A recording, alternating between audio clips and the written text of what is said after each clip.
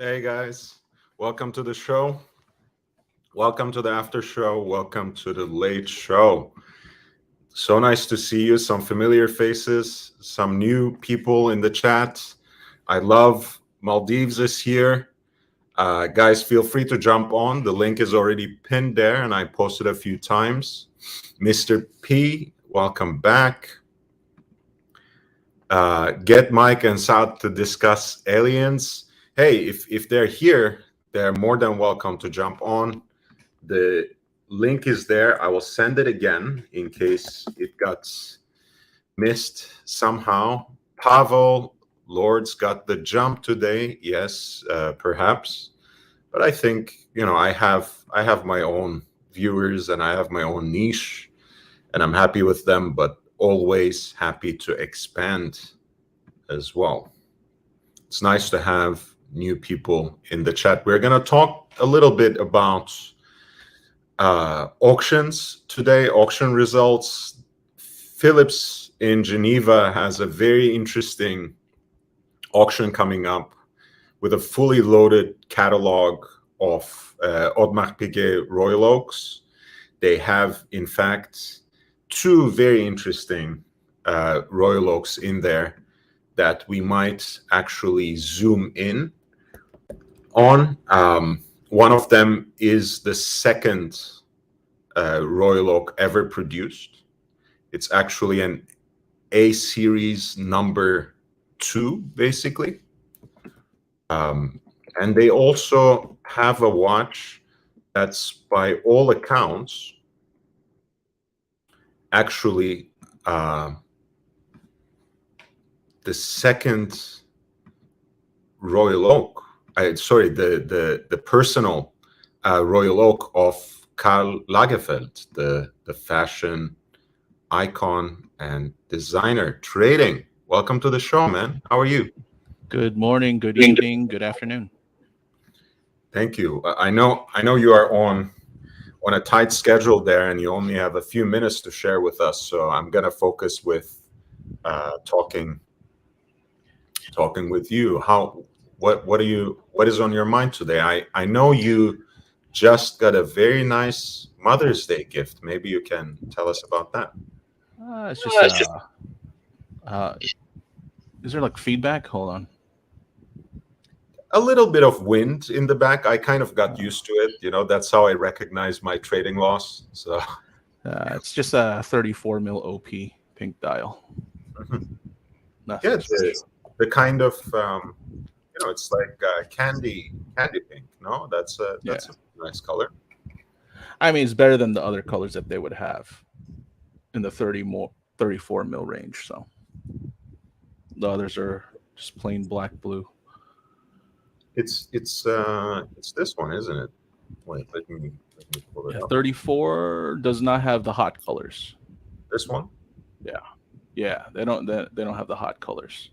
Well, they're discontinued anyway, but it's like the cotton candy pink. I like this more than coral, honestly, on this watch, on the Oyster Perpetual. Yeah. Yep. So we'll gift that. Welcome back. That's for the mom, right? For your mom this weekend. Yep. Awesome, man. That's very nice of you. That's very thoughtful. Yeah. So what anything went down in the last stream? I'm always late. Duty call. So just this one that got wrapped up a second ago. Cliff's notes, 30 seconds. Well, look, the people always ask when a stream gets removed. So the one from the day before got removed because there was a whole Thunderbird shtick. So is that a European show?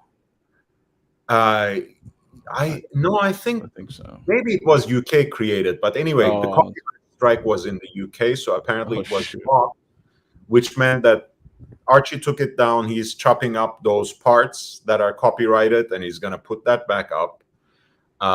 As for today's show was kind of very chill, low intensity. Bear jumped on. JJ was on the channel earlier. Oh, yeah, and then basically we had a lot of watch talk, a little bit of car talk, a little bit of banter between Seiko fans like me Shit. Fuck, I missed it. and Tag Heuer fans like Bear. I want to get that solar tuna can. Have you seen that? Yeah. But feel free to post a link if you want me to pull it up. I'm trying to find the reference. Hold on, 1 second. Sure. Pavel is here. La Crip, welcome back to the channel. John C says, love the channel. LHV, what are your thoughts on Blondie?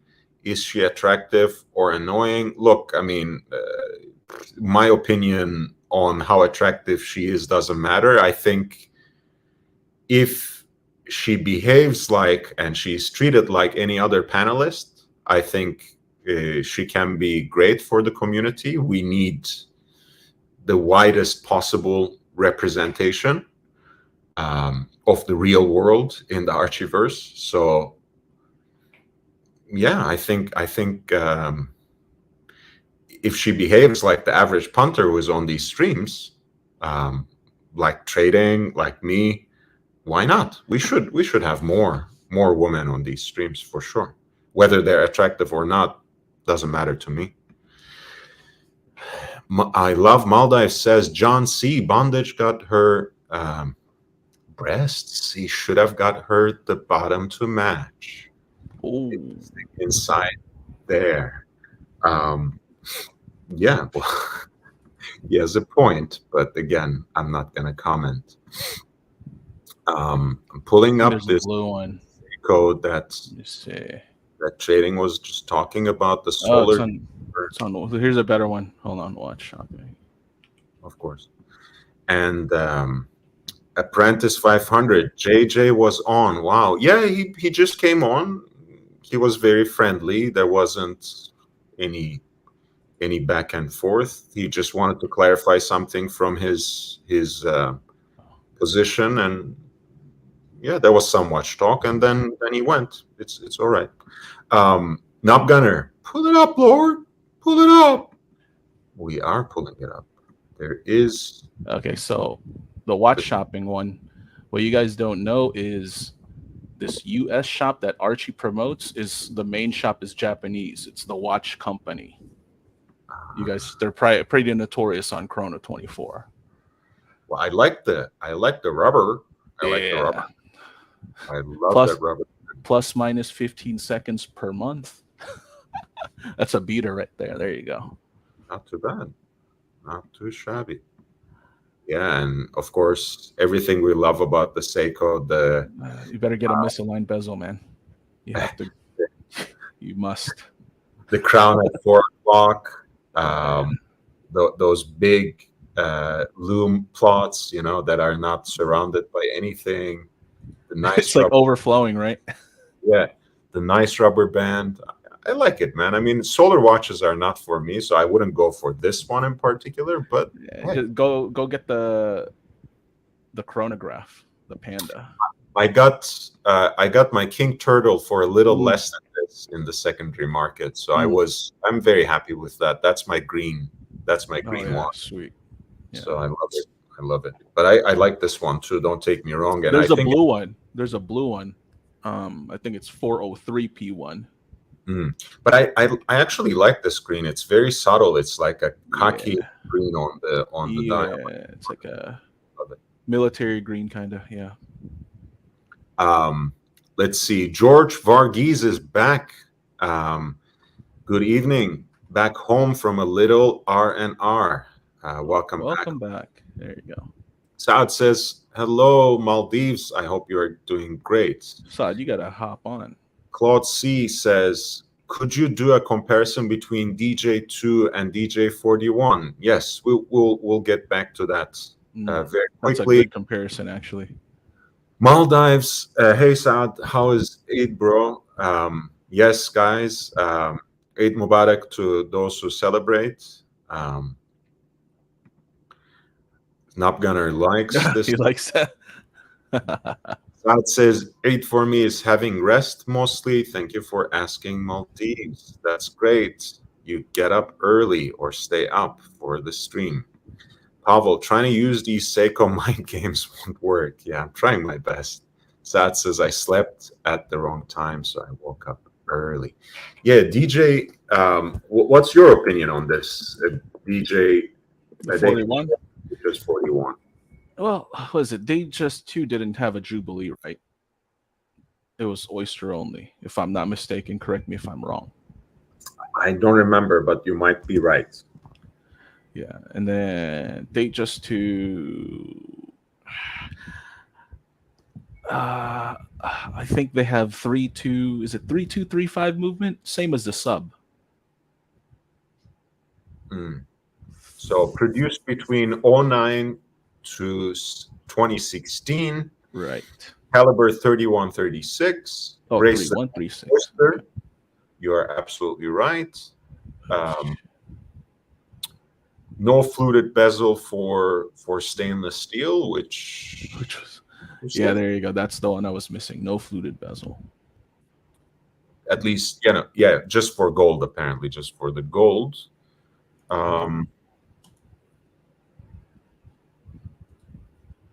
Yeah.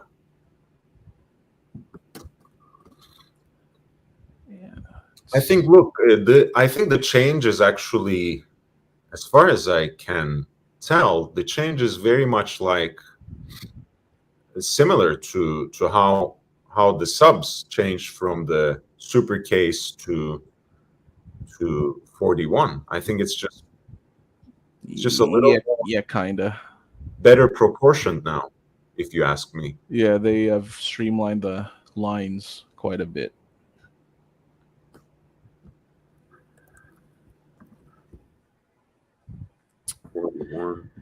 And I forgot. Well, Datejust 2 is the 41, right? I think. Datejust 2 is true. Like on paper, it is 41 as well. Yeah. So your best bet around those years was getting I think a 36. Because you got fluted, you got the Super Jubilee with the hidden clasp. That was one of the golden years for. So 41, if you want a Jubilee bracelet, you will have to get 41. If you want the 32-35 movement, the caliber 32-35, instead of 31-36, you will have to get a 41. And yeah, I think the proportions are just a little better on the 41. But then again, I'm a little biased because I actually like the sub 41 better than the super case as well. So that's where my preference lies. That one is great. If you are fine with the older movement, if you are also fine with, hi Eric, welcome to the channel. How you doing, Lord? Trading loss. How's it going? Doing good. If you're not stuck on the new movement and the Jubilee bracelet, I think Datejust 2 can be a good option, but try it on because I think the proportions are a little different, even though they're both listed as 41. Saad says 41 has an older movement. I think he means Datejust 2 has an older movement and it's slightly bigger. Yeah. So just to confirm, yeah, he did correct it himself. Claude C says they're a lot cheaper on the secondary. The black is banked per buck for sure. I mean, they weren't a great hits, so they will be trading lower in the secondary market. And again, Saad is right. Even though the listed case size is 41, DJ 41 is actually smaller. George says, and he was thinking about Berthoud as well. So he says, sat next to a watch connoisseur who had a Ferdinand Berthoud. I was absolutely stunned and in awe, and you were already thinking about it. Can only imagine the price. The guy had Patek Philippe, Laurent Ferrier, Romain Gaultier. What is G? I'm blanking out. All right, gents, I gotta head out. Catch you guys later. Thanks for having me. Bye-bye. Take care. Grebel Forcé, that's what it is. No Rolexes or AP. Well, shame on him. Great collection, but you gotta have a Rolex and a Royal Oak. Hey, question for you guys. Saad just said the Datejust 41 is actually 39.9.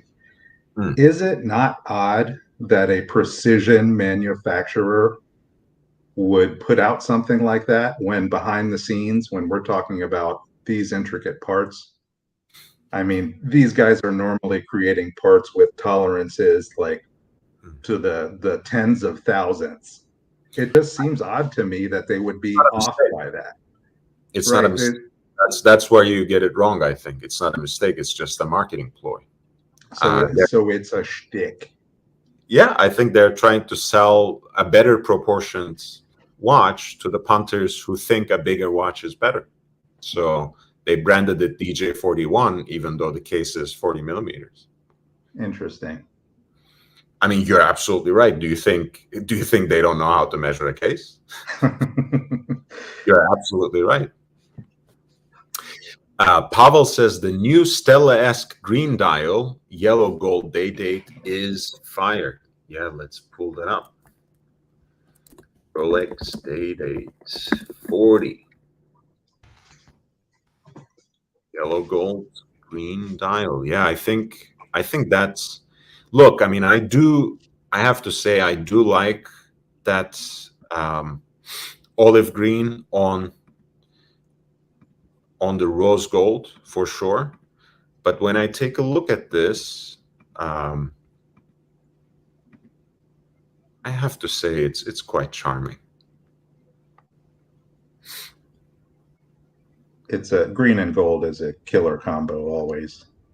Yeah, and especially for Rolex. I mean, of course, they don't have exclusive rights to it, but, you know, it just makes sense, you know?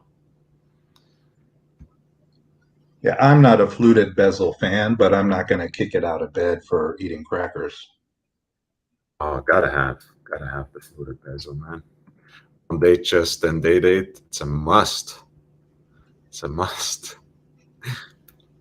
Yeah, I don't know if there you go. Maybe they have better pictures. You know, that's the funny thing. Like with Patek, for example, you can always count on the official website for the best visuals.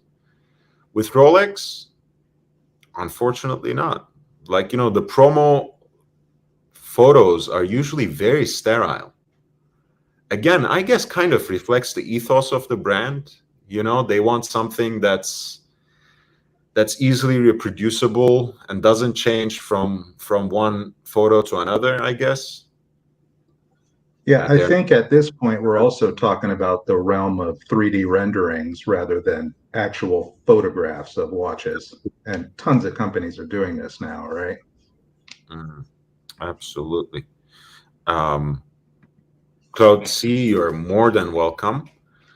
Saad agrees with Pavel on this day date 40 in yellow gold and the new green dial.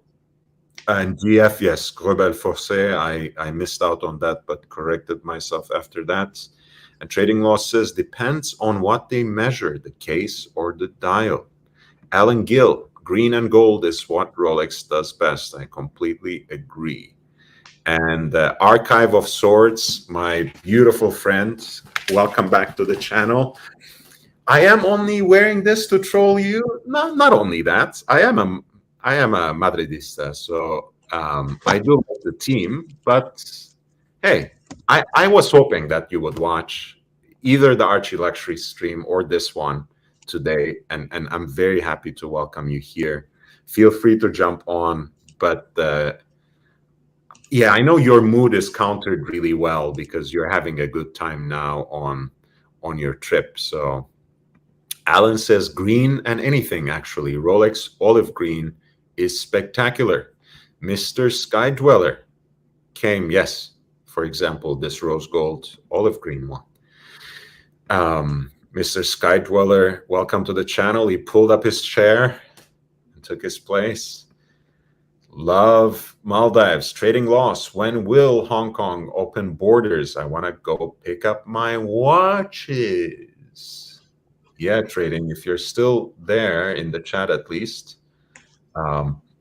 George Varghese, this has become an inside joke, by the way, George, because I celebrated, thank you, first of all, I should say this. But I celebrated 500 subscribers, I think 3 days ago by now. And then right. the next day I have to celebrate it again because it was dropped and then picked up again. And so it keeps coming back. But thank you. Being halfway means a lot, and having your support, having you here means a great deal to me. So if you haven't subscribed yet, guys, just subscribe. It helps me a great deal. Reaching 1,000 subscribers is my first major goal. I've been only at this for a few months, so I'm already quite grateful about where I am. But I do want to get to 1,000 subscribers so I can get easier recognition for the effort and time I put into this. In the meantime, if you want to encourage me in creating new and original content, if you're enjoying my content and if you actually appreciate it, consider making a PayPal contribution at lordhellespontv@gmail.com. That's lordhellespontv@gmail.com. And I also have a Cash App at $LHVVV, $LHVVV. Oh, I think Archive is here. He just dropped. All right. Well, he'll come back. I think maybe it's just a connection issue. But hey, Archive, if you're going to come, I will even take my shirt off. And I don't mean that I will be bare-chested. I'll put something else on. If we can create a safe for Manchester City fans today here. Mark? Hello. Should I change my shirt? Will you feel safer? Will you feel more secure? Probably not, to be honest. No, I mean, I will still wear something. I will turn the camera off while I'm taking my shirt off. No striptease. Now I would feel way less safe, though, if I couldn't see what you were doing to the shirt. Better the enemy he knows than the enemy he doesn't, right? Okay. By the way, if I sound way too bad, just tell me and I'll get off, because I have to use a different browser to access from the hotel. It's really weird with the Wi-Fi. It's okay. I mean, look, there's a little bit of submarine effect there, but nothing that we can't handle. Yeah, it's okay. It's not the best sound quality, but we can hear you. I apologize. No worries, man. How's your trip? I'm not gonna dox the place unless you want to talk about it. But are you? I'm in Canada. Okay. You can't exactly dox me by saying he's in Canada. Right. Of course. It's a really big place. It's actually a culture shock for me because I'm from one of the smallest fucking countries, in Europe. So, being from Ireland, going over here, the infrastructure is crazy. But I love it so far. I didn't even watch the game today. I actually put money down on Real Madrid because I just knew Man City were going to blow it. No, I just knew they were going to blow it. And just like I won money last year on Chelsea when everyone was like, no, this is their year. And I'm like, no, they're going to lose. They're going to lose 1-0 or 2-1. Man, it's just like Pep Guardiola is a delusional fantasist. That's why he's just trying to prove a point that you can be the best team in Europe without a striker, and it just doesn't work that way. Look, if they get Haaland, they're next to invincible. They're very dangerous. But that means, Mark, admitting his mistake. For him to sign Haaland, finally, would be admitting his mistake. And I'm not sure if he's going to do that. That's what I'm afraid of. I think it will happen. I didn't believe the Kane deal would happen, but I believe this will happen. I just have that belief. For those of you who might not know the history, Haaland is one of the hottest players today, and his father, who was a defender, actually played for Manchester City and had this intense rivalry. There was this intense rivalry between Roy Keane from Manchester United and Republic of Ireland and Alf Inge Holland. So it kind of makes sense because Manchester City has a lot of money. Holland is probably 10 times the player that his father ever was. Not to disrespect him in any way, but No, it's not disrespectful. He's by far a better player. and he's just a different breed, really. But yeah, I think it would be great for Manchester City to finally have like a real number 9. I know Gabriel Jesus is a great forward, but he's not. He's a good false 9/winger, and if we kept him in the team as a backup winger, he's a better choice than Grealish on the wing. To be honest, Grealish is all hype, man. I mean, completely. He's part of the metrosexual agenda. It's like David Beckham light. Like Beckham at least was a good player. You know, that this guy I don't even know. I mean, he has the flair for sure. He's fleet of. I mean, I don't know even if it's not fleet of foot, but it's like he has good ankles, so to speak, right? He has good control of his feet, very technical, but does he produce? No, not much. No. Bezos, you definitely feel the churn around certain member milestones. Yes, for good and bad. Angelic Slayer, welcome back to the channel. Eric says, this guy is an equal opportunity streamer. Like, subscribe, and join the conversation. Thank you, Eric. Very kind words for me.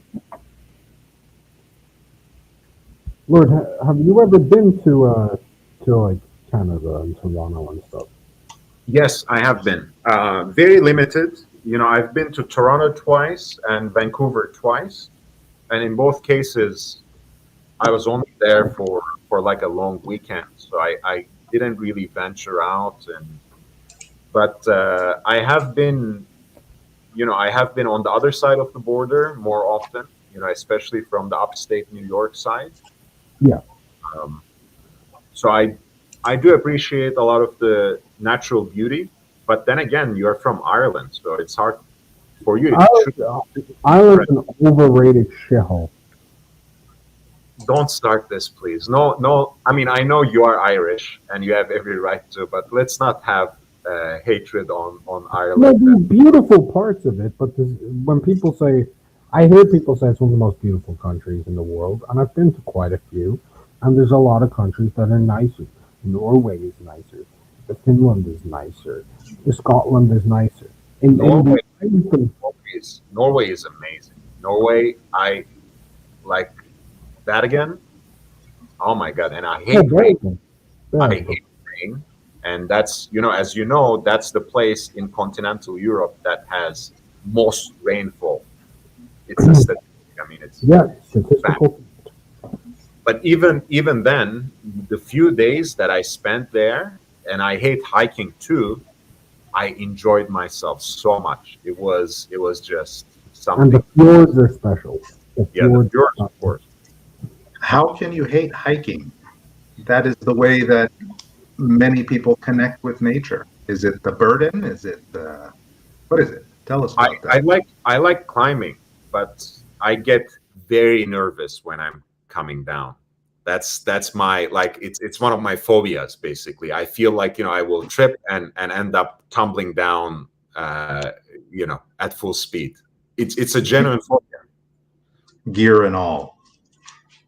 Yeah, well, I don't know. It is a phobia. It's not rational. That's why it is what it is. I mean, look, if you understand from hiking, if you can include in hiking like walking in plains and forests and stuff like that I love that. Sure, I think that counts. And there are other ways of connecting with nature. I love diving. I love swimming in open sea. But yeah, I don't like climbing because I hate coming all the way back down. That's that. That makes sense. No, I think for me personally, I spend much of my work life behind a screen. And so my way of unplugging and sort of unwinding from all of that is going for a hike, connecting with nature, getting a couple miles out in the woods or whatever it is. And I appreciate that sort of thing. It sort of reprogrammed me. But I can totally get coming back down. It does. It just doesn't make sense because I'm not. It's not vertigo. I'm not afraid of height in any way. Like when I'm still on like a climax, I actually enjoy it. I love the view that it gives you. You know, it feels like it's one of those moments where you feel genuine accomplishment, right? And very tangible sense of accomplishment when you climb something. But then again, I dread the downward climb, downward whatever you want to call it, so much that, yeah. Well, you've got some beautiful stuff out there in Cali, so I'm a little bit jealous. I I know. gotta make it out there. It is taking away from my dating game, to be honest, because that's what a lot of the Southern California chicks want as a first date, which I mean, I admire their courage. You know, if Absolutely, women are fucking nuts. Like, sorry, I'm just gonna say, women are like genuinely, really interested in being kidnapped in today's society. They want their first date to go on a hike, and they'll pretty much go anywhere with you for a free fucking meal. the funny thing is, when you read some of those dating profiles, it says like, don't. I hope you are not a serial killer. I hope, I hope you won't kidnap me or something. But That's then exactly what a serial killer would go. then the thing is, like, my favorite first dates are hiking, and I'm like, how does it compute? Why would you want to go hiking on a first date? But Let's go into a very sparse area of wilderness. It's a funny concept because when I think about what I take with me when we lost Lord, but I'll continue. Yeah. Funny concept because what do I take with me here in the States when I'm out in the middle of nowhere? A knife, a pistol usually, a first aid kit, a flashlight in case I get stuck, and some sort of means of making fire. I mean, we approach these things expecting that things will go awry, and I guess a lot of those chicks do not, right? Loose tooth. Mike the Snake climbed the Matterhorn twice, and Patricia says that's how I feel about skiing. The way I feel about hiking and climbing, I picture myself totally out of control, careening down the slope. Yeah, it's my phobia. I don't like skiing either, honestly, as much as I love the snow. I hate skiing, but I love snowboarding.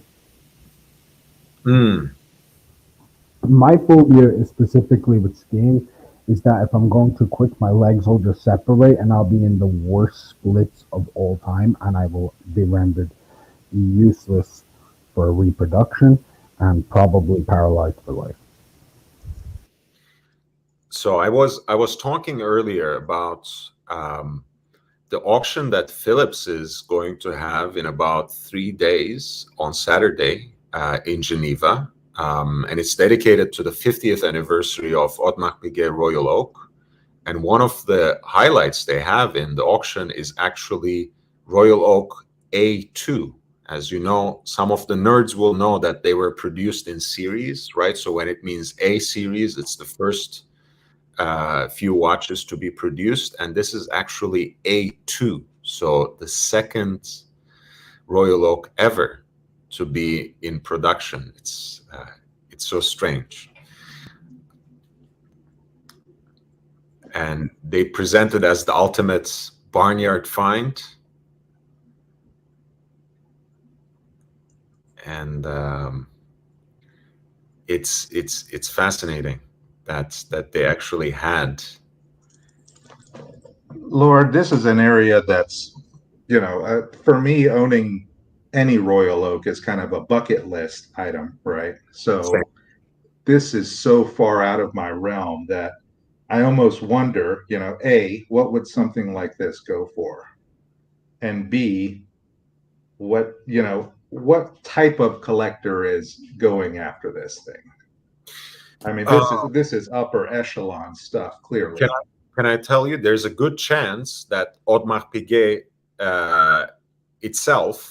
themselves, they might actually bid on this. As you might know, when Sotheby's was putting up in auction some of Gérald Genta's early drawings of the model, Audemars Piguet put in a bid and they actually won those. So there's a good chance that something like this, which was apparently one of the examples actually presented in the Basel Fair in 1972, would actually be bought by Audemars Piguet or like a super collector. And it is going to break a couple of $1 million, I think, easily. Wow. Is this a situation where we're so far down the line? What do you mean? Sorry, my audio's in and out. Is this a situation?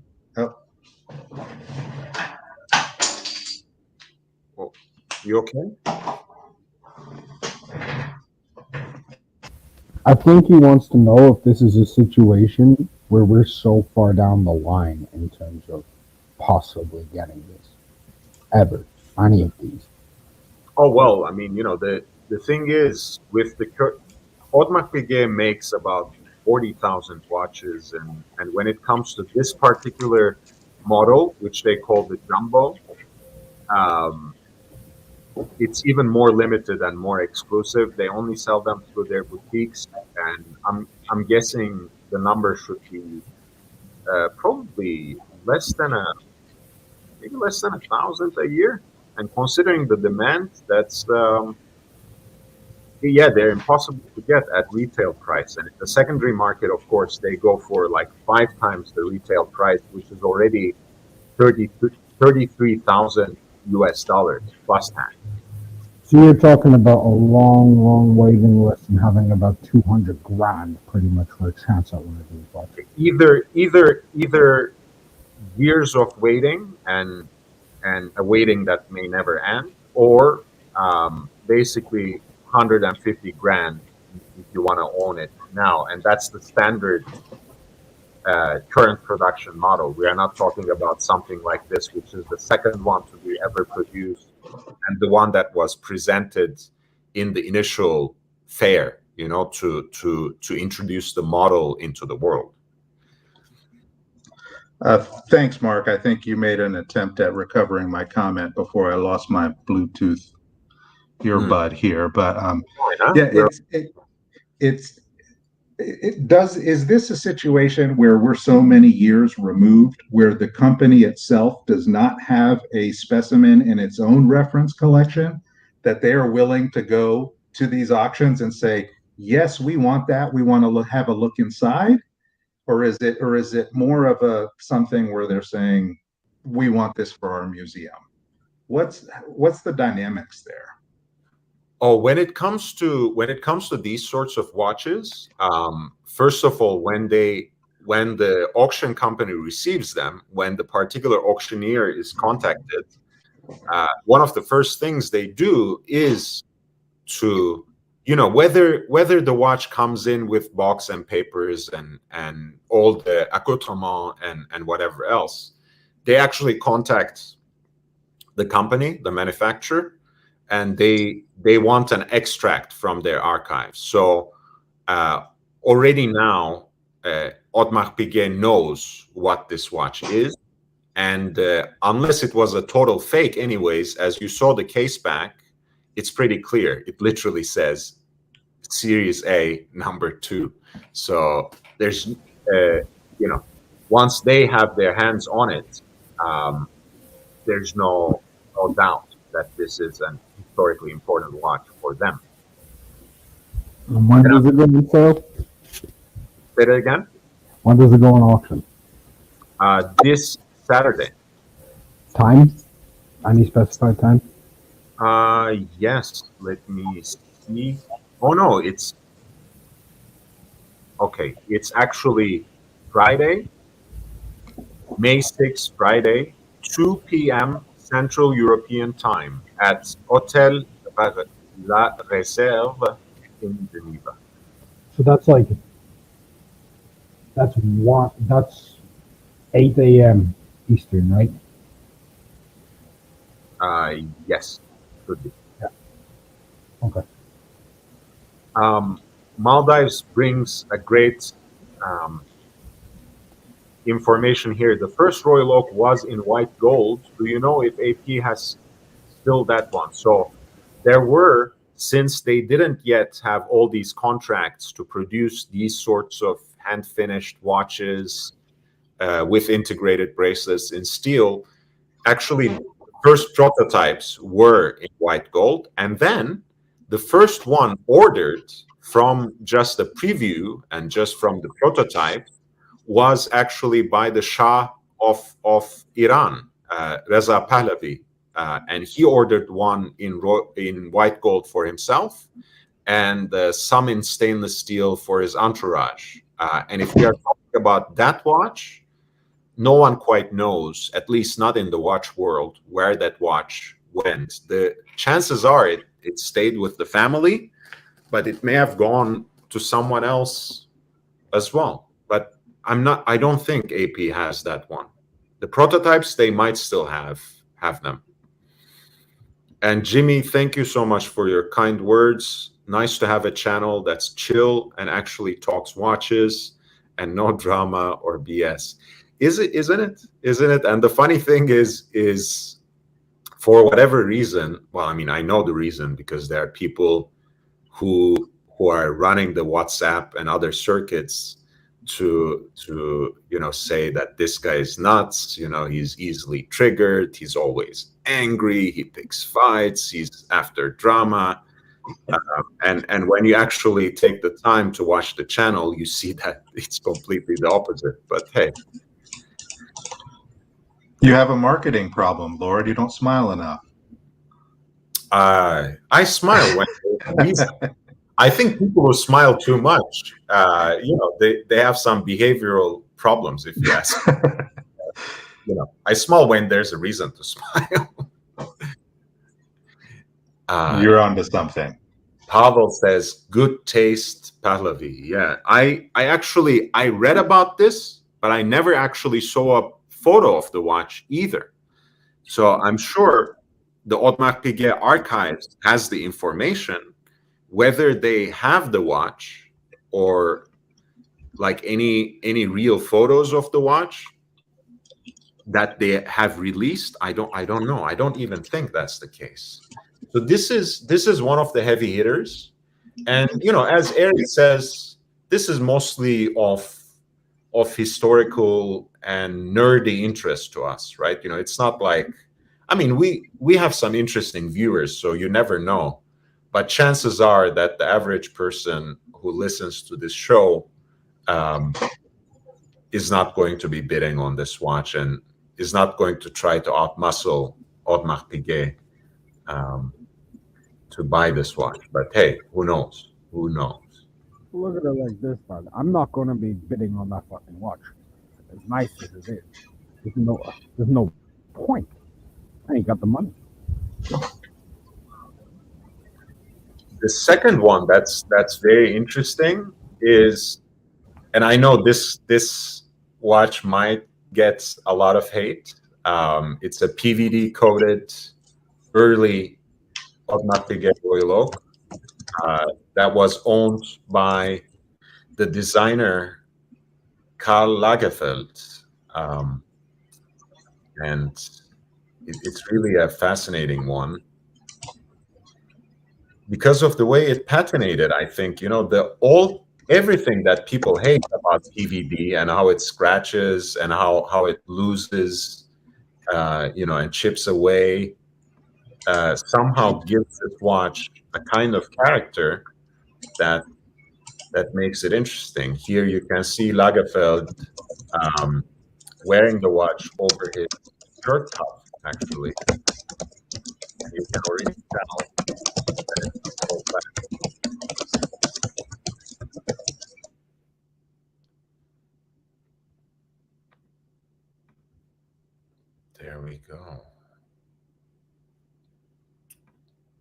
there you can see it over their own promotional material. And you see this is also A series, right? The number is a little more advanced here, but and I don't know. I think of course, these bolts and the appointments on the dial are white gold, but it seems they also aged and patinated and took on this, yellowish hue over the years too, as did a lot of the dial, which was originally midnight blue, of course. I don't know. It just has a lot of charm, even if it didn't belong to a celebrity, even if it weren't sprinkled by some stardust, so to speak. I think this could still be an interesting watch.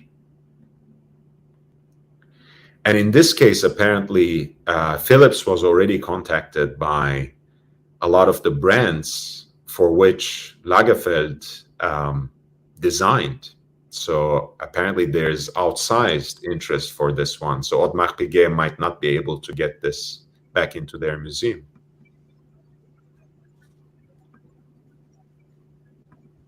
That is a interesting early take on the black sports watch. Right? Alan Gill makes a funny comment. That's my jam, PVD coated beauty. Because the Archie verse, we were talking about PVD versus DLC. And that's right. something I learned a lot about in the past several years. But I can't really tell, right? Because of course I saw this watch first as Lagerfeld's watch. So, maybe I'm attracted to it because it belonged to an icon. But everything that people hate about early PVD coating in terms of how it chips away and how it flakes away and how it scratches easily, so on and so forth. On this watch, it becomes something charming, something that has some life in it, something that has a story and history. I don't know. There's a certain beauty that goes along with something that's blackened or blued, that has had the high points worn down through use, honest use, and it wears it with pride. And this is one of those situations. Absolutely. GB Vol, welcome back to the channel. Alan Gill, the screws all line up. Take notes, Hublot. Absolutely, because look, when it comes to the Royal Oak, it was actually designed as this monoblock case, which these early models are, and these are bolts, so they were designed to line up and reflect the curvature of the octagonal bezel. And one of the fascinating things about Gérald Jantat that people don't recognize, because we focus, maybe rightly, about his design genius and his artistic panache and his originality and whatever else, but this guy was a trained jeweler. Jantat, the designer, the first watch designer perhaps who took this up as a profession, he was a trained jeweler, so he knew how to execute, the wildest of his imaginations. Or if we turn the tables around, he knew how to design artistically and creatively in a way that could be actually realized and executed by the makers. So he thought about all these details when he was putting pen to paper. That's why these designs last and outlast a lot of other crazy things that were initiated at the same time. I mean, a lot of what comes out of the 70s might look otherwise dated to you, but somehow this design doesn't. Presumably, Corrado Galizia asks, is that the original crown? Presumably.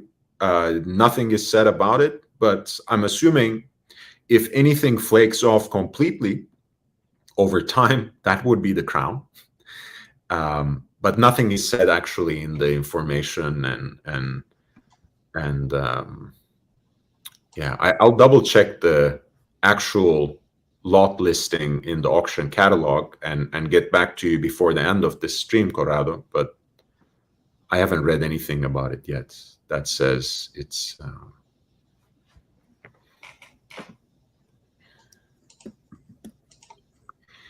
Let me see. There are a few very interesting other examples. So as I'm kind of swiping through the catalog now, I'm seeing a lot of interesting ones that I do want to share with you, do want to show you.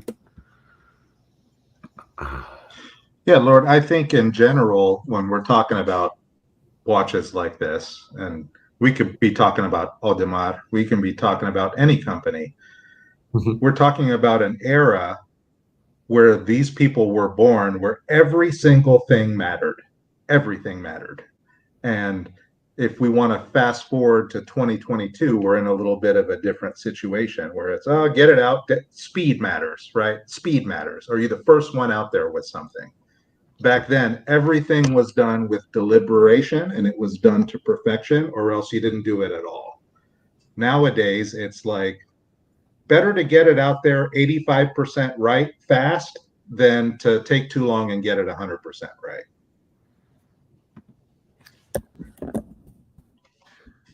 So yeah, the auction story, the catalog essay, so to speak, doesn't say anything about the crown either. So I'm assuming that there's nothing specific about that watch. Let's change it to that particular listing here. You can have a peek on the catalog essay right here. And apparently it was bought in Rome. And at that time, of course, Lagerfeld was based in Rome. And yeah, this should be very interesting. The estimate is somewhere between 100,000 and 200,000 francs.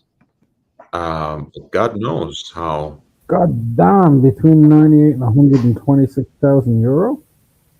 Yeah, but I mean, the estimates are usually conservative. So I'm pretty sure it will sell for much more than that.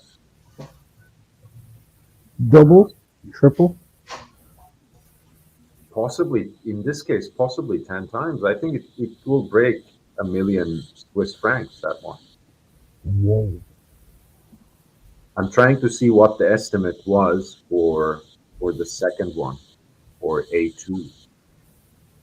Oh, that's got to be higher.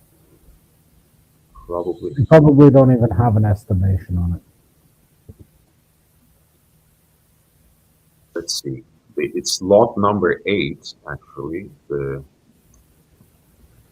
number 2. Yeah, you see the estimates are very conservative. This is 200 to 400,000 Swiss franc. What's that in euro? 196,000 to 393,000. Jesus Christ. In US, it's house. Yes. Well, staging isn't too different anymore. It's actually gotten a lot closer recently. This is, yeah, another interesting one right here coming up. This is what they call the Yves Klein blue, like the famous artist. Apparently, this was a watch produced in 1992 to celebrate the 20th anniversary. Very, very beautiful shade of blue there. Very unique. Of course, it's a little bit of a different design than the original one. You know, it still doesn't have the seconds hand, but the AP logo is switched to 12 o'clock from 6, where it was right here. Very beautiful watch again. What do you guys think about the absence of a second hand? To me, it kind of speaks like the penultimate of luxury. You don't care what second it is. Doesn't matter. That's it. That's what I was going to say, because when it was introduced, I think that's like an incredible flex. You know, you have an automatic watch with an ultra thin movement, so someone who doesn't know can easily mistake it for something quartz, and you don't have a second hand. And like you said, like, you know, it's and of course you don't have an exhibition case back in the original one, because that wasn't something they really cared about, even though they took pride in decorating their movements already then. And there's no second hand, right? Nothing to show for that beautiful and robust movement. It's a very interesting flex indeed. I'm glad you recognize that too. I joke with people about these Meistersinger watches, right? And that they're the one-hand watches. And I'm like, yeah, that'd be great when I'm retired. I can know that it's somewhere between 10 o'clock and 11 o'clock, right? And that doesn't matter. You know, it's a similar sort of thing. Yeah, this is a two-tone perpetual calendar Royal Oak. That rotor. Yeah, it's the skeletonized rotor that has the initials of Otmar Piguet. Well, that has the abbreviation, I should say, because those are two different family names combined rather than being the name of a single person. But this is one of my favorite executions of two-tone, by the way it's done for the Royal Oak, with the tapered interlinks being in that color, and the bezel, and of course with the salmon dial. It's amazing. That is stunning. And I think for me, throughout the bracelet, you don't have the solid, massive chunks of gold, so it's a lot more subtle. Yes.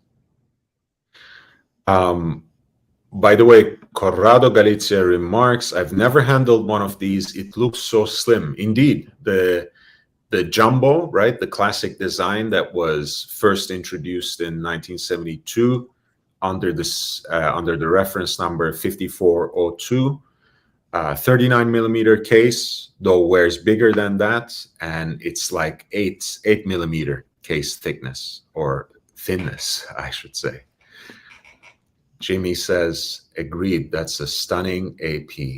Yeah, I think there's also something to be said about like an iconic luxury sports watch like this being outfitted with the most prestige complication, you know, the perpetual calendar with moon phase. So the best of both worlds, kind of.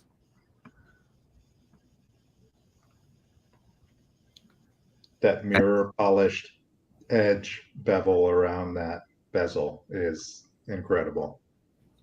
Yeah. Right? Guys, I want to take a second to say, as Lord tries to navigate through the ebb and flow of the subscriber base, hitting 500, out of 500, back up past 500, please, if you're watching and you have not already done so, like the video, subscribe. That'll help Lord hugely. I appreciate it so much, man. Thank you so much. And guys, by the way, speaking of how thin these are, I think even the perpetual calendars, again, a very complicated watch, right? The perpetual calendar Royal Oaks, I think, are still like 9.5 millimeters thick. So again, you have a very slim profile. It's really incredible.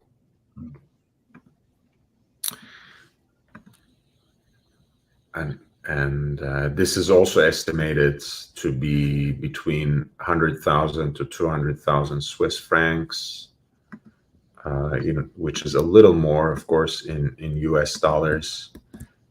This is also one of my favorites. As much as I like those hobnail decorations on the dial, the usual dial design that they call tapisserie. This is what they call Tuscan, and it's very unique and a very fascinating texture. And I think it looks really beautiful from far, especially because it looks kind of like a natural surface, except of course in a very distinctive color. And the fascinating thing about this particular example is this used to be not quite unique, but quite, you wouldn't see it every day. But when you ordered watches like this from Audemars Piguet, they would allow you to basically personalize your own rotor. So kind of like their equivalent of a reverso engraving on the case back, because again, it's very subtle, very discreet. No one else will see it unless you want to show it to them. And you can put your own initials instead of the AP logo on that skeletonized rotor. And apparently this owner did, TH. Very nice. That is a beautiful piece.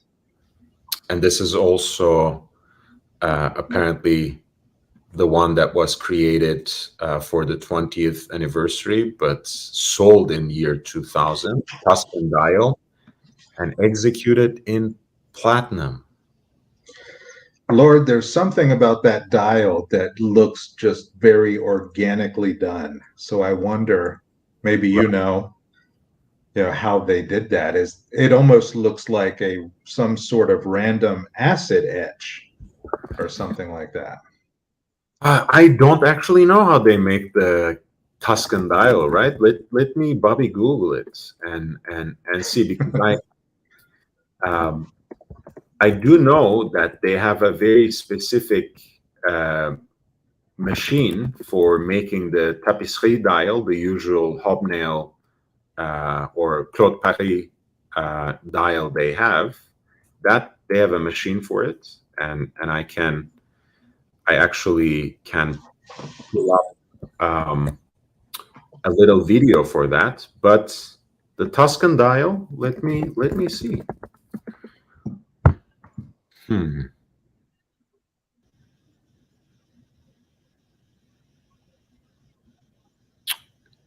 Wow. No, nothing I can immediately find.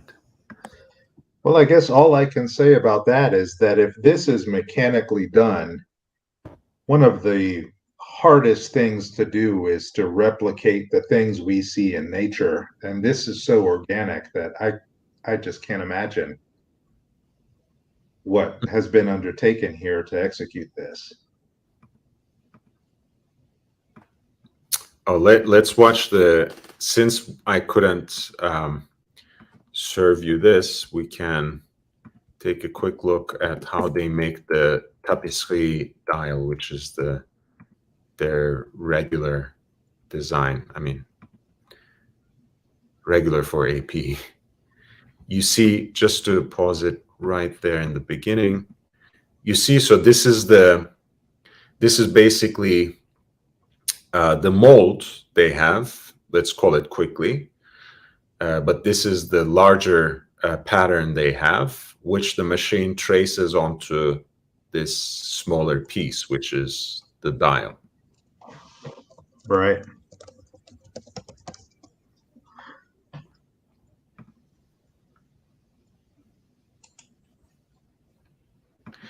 BJ Moore, you are rebel streaming Tim Wright. Rebel streaming is a concept that only applies to the Pontiff.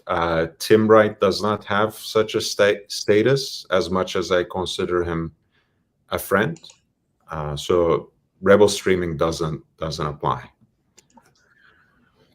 If I'm not mistaken, Lord, this is that technique that you was following the larger model and replicating it at a smaller sort of substrate is called a pantograph machine. And so I guess that's the concept being executed here. And it looks like it's being done on a slower speed lathe. Absolutely. It is the pantograph machine. That's right. And this is how they finalize and finish it by hand. But like you said, the real work, the real pattern is basically done by the pantograph, which is observed and checked by a person, but machine done. It's not like a Rose engine, for example, where you have hand manipulation. Not to say one is better, one is worse. It's just different processes. Yeah, I don't think you can take anything away from this process at all. Yeah. Looks beautiful, honestly.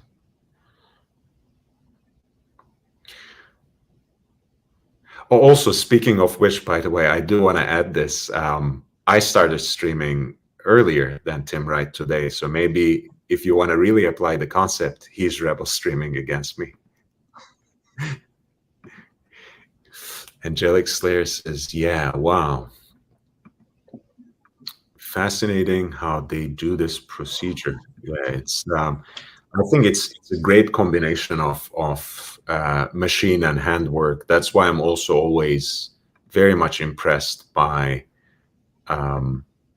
guilloche engine turned decorations on dials and cases as well.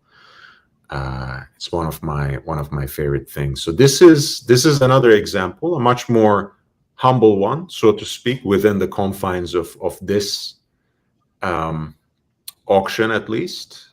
A unique color in a mid-sized case, a 36 millimeter case. The reference is 14790. The Pontiff, as you might know, had one of these reference numbers in the usual blue dial. He kind of regrets selling it, even though he hated it. But now that it has gained so much in value, I think there's some regret, some seller's remorse. But this is a very unique and rare dial. You know, for my salt, I've never seen a red factory dial on one of these references before. Not that I'm the utmost expert on the Royal Oak, but I have thought about them quite a bit. Of course, again, mid-sized case. As you know, it's distinguished by two things from the so-called jumbo. The logo has moved to 12 o'clock. And of course, we have a center seconds in this case.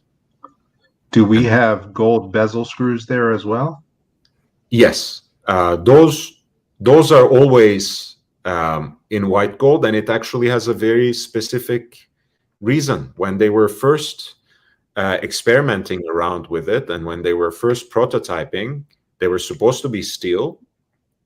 But hey, apparently stainless steel was not so stainless after all, because the prototypes they had standing in salt water in their manufacture actually started corroding. And they had to use white gold to make sure that those bolts don't corrode over time.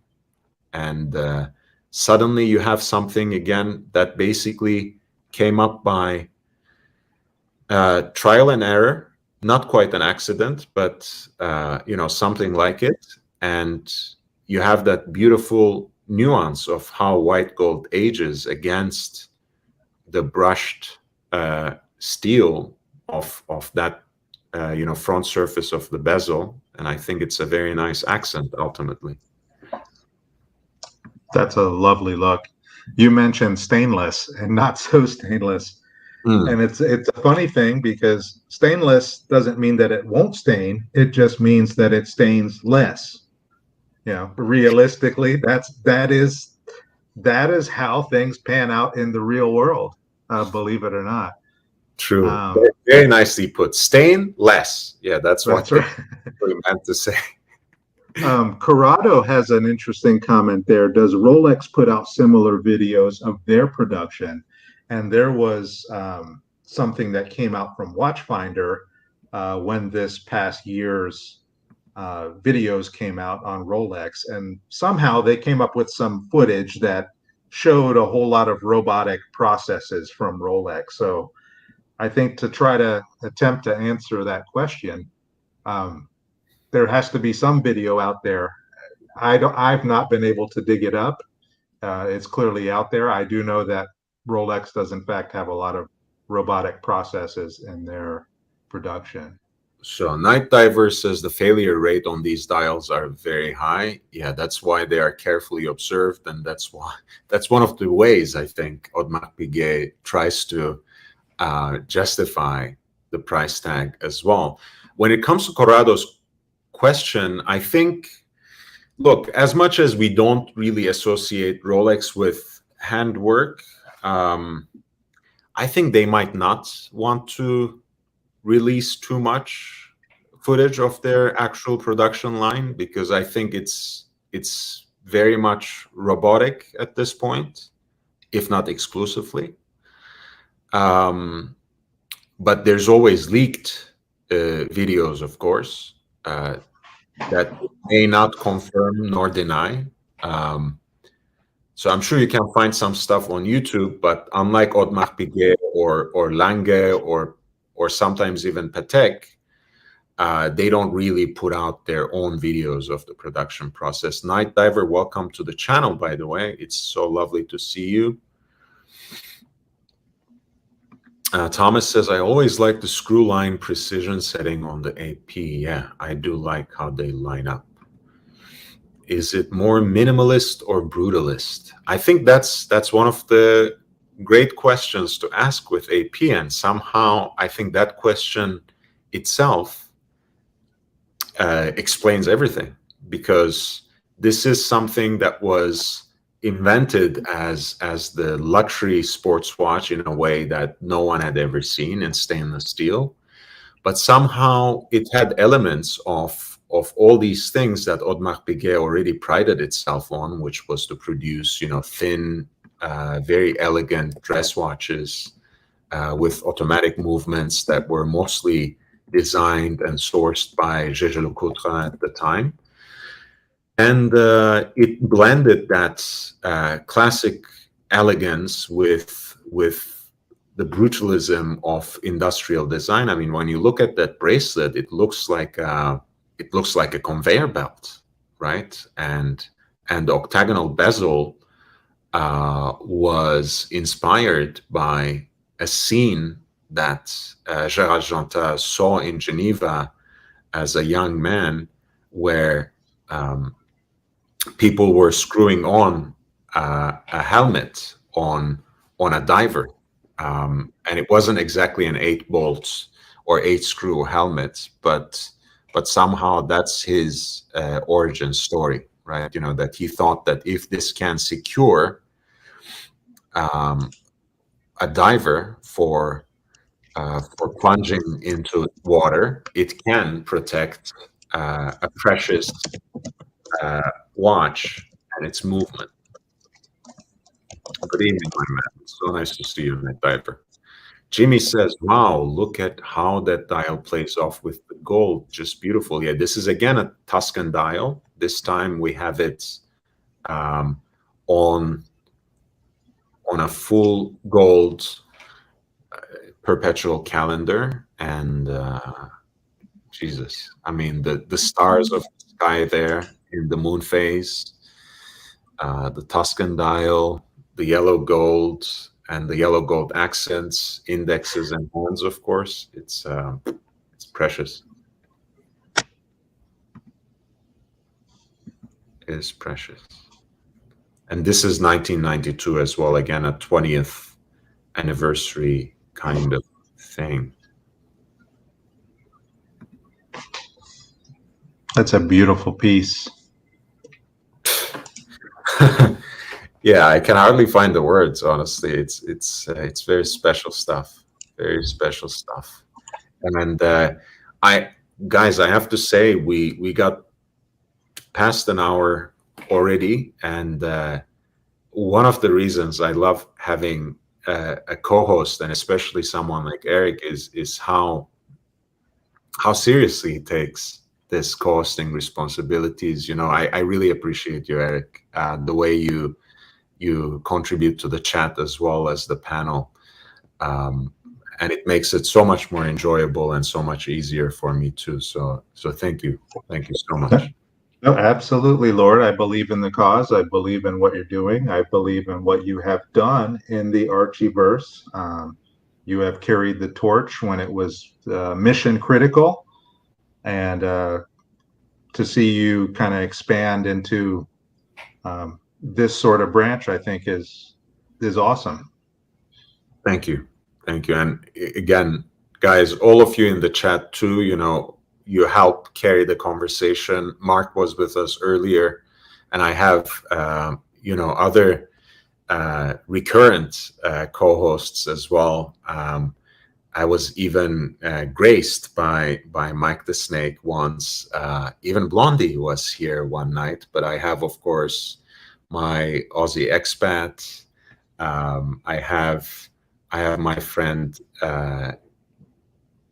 you know, Eric here. I have Trading Loss, who is again a regular. It's great to have you all. It's really wonderful.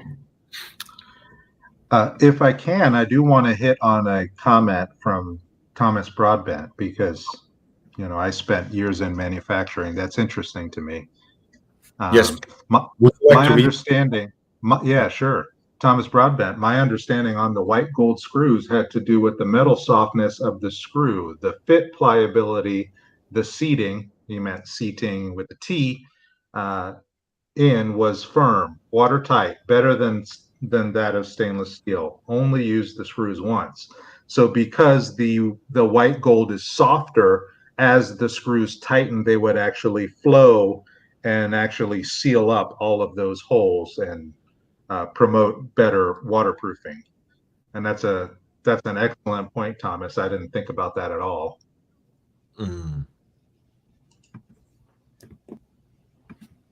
Excellent. Thomas is you know, a true enthusiast and is a wealth of knowledge in the chat. He's here almost every night. I don't think he missed a beat, and he's one of the people who constantly contributes in the chat. So thank you, and thank you all. Again, I think we'll go for about another 2 hours. I will, at least. I know Eric is on the East Coast, so he might need to catch some Z's later. But if you haven't, I gotta throw up the peace sign. If you haven't upvoted yet, please hit the like button, subscribe, spread the word, you know, share the link in other platforms if you can. That helps me. My first major goal is to reach 1,000 subscribers, and any help you can give me in doing that, as much as being here, clicking the like, sharing the link, that's the most important thing. Beyond that, if you want to encourage me in creating new and original content, if you have been enjoying the content, consider making a PayPal contribution at lordhellespontv@gmail.com. That is lordhellespontv@gmail.com. I also have a Cash App, $LHVVV, $LHVVV.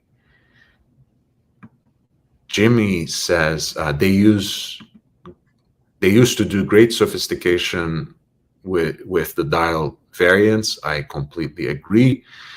Good job to you both, Jimmy says, Eric L. and LHV. Jimmy. Thank you, Jimmy. Thank you, man. Jimmy says this channel deserves more recognition. Keep at it. Do it organically. Yes, we are growing. I think at a nice pace too, so I don't mind. I need to put the work and effort in, and I need to deserve it. So if you think I deserve it, it will just come in the right time. We just need to keep working at it. there's a niche for everything, Lord. I think it's just a matter of looking at the platforms and seeing how we can connect the dots. I think what I'll do is probably send you some thoughts offline on how we can do that and sort of route traffic from Instagram over here. I think hopefully it'll help. Yes, that's a great idea, actually. Jake Brooks is back. Thank you, my friend. Buffalo Bills. Let's go. Welcome back. Thomas Broadband says Julia Childs like on air progress. Pavel gives us the thumbs up. Jimmy, Eric, LHV, how did you both come to this crazy watch hobby we all love? I give the floor to you, Eric. Oh, you got to wait a second because I'm gonna get out the first watch. Okay. I think I got to go on camera here for this. This is serious business. Okay.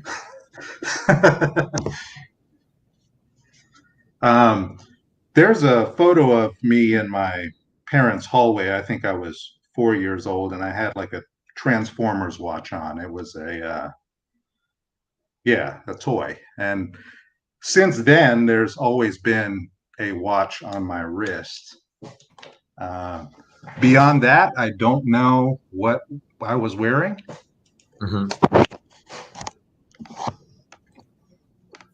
We are back in the man cave. I have this Casio World Time. This watch I asked Santa Claus for when I was 8 years old. All right. So I'm 42 years young now. So you back out the math and there you go. I asked Santa Claus for it. Santa brought it, and I've done the best that I could to keep it alive, and it's still here with me. I changed the battery. You see it's still ticking, right? I mean, that's this is kind of where it started. This was a world timer. You can see the map there. You can go around and select all the cities. It would display the time. It's actually got a thermometer here at the bottom as well. It would actually detect the room temperature, and it actually had enough technology in it in 1988 to let you know the realistic temperature depending on whether or not it was on your wrist or out on open air. So it would actually compensate for that. So I still have this watch, and I think this is kind of what drew me in and made me a watch nerd. I don't know that I can go any further back than this, and I hope that answers your question, Jimmy. Nice. Yeah, I have a few different beginnings, really. My first watch, I found some similar pictures to it, but it's not the same, so I'm not going to just randomly share, but I will try to describe it. My first watch that I actually wore on a regular basis was this Swatch Diver, and it was this like a neon yellow green kind of thing. It had like it had the kind of lume that would give you headaches, but I loved it. And it actually had a rotatable bezel, right? I loved how that clicked, and I just loved that watch. You could never get it off my wrist. And whenever I go to the old country and when I'm in my mom's place, I always rummage through things to find it, and I just can't find it again. I don't know where it went, but it would be nice to have it back at some point. Through my teenage years, I mostly had this Timex, the Weekender quartz, and then when I was 18, my mom gave me my late father's Submariner. So that was my first luxury watch, but as much as I love it, I hadn't earned it, so to speak, right? It was passed down to me. So my first Rolex that I got myself is the Root Beer GMT. that I got when I was in college with money I saved from my library job, stacking dusty books. I think I may have actually lost like some capacity in my lungs while doing that, but it was well worth it for a Rolex. Um, That's so that, amazing, Lord, because there's a lot of people that say, if I can go back in time, right? And I'm one of those people, because if I could go back in time, when I got out of college and started making money, my hobbies were kind of elsewhere. And I spent a lot of money elsewhere, you know. And so at this point in my life, I'm kind of dipping back into this thing. And it's a horrible time to do so, right? And that's kind of where things are. yeah, it could be better. It could be much better for sure. And yeah, when it comes to me, one, I was blessed with an amazing watch. You know, when I became legally mature, so to speak, and when I I was lucky enough that I was going to college in New York City, which is, at least at that time, you know, in early 2000s, one of the best places where you could hunt for watches. You could, of course, think of the entire East Coast, right? The hey, you know, as much as people keep saying, like, you know, oh, you know, the rich people in the US don't care about watches and they don't wear Rolex. Well, maybe they stopped wearing Rolex, and that's how we could find, you know, Rolexes to buy with the money I made at my work study job in the library.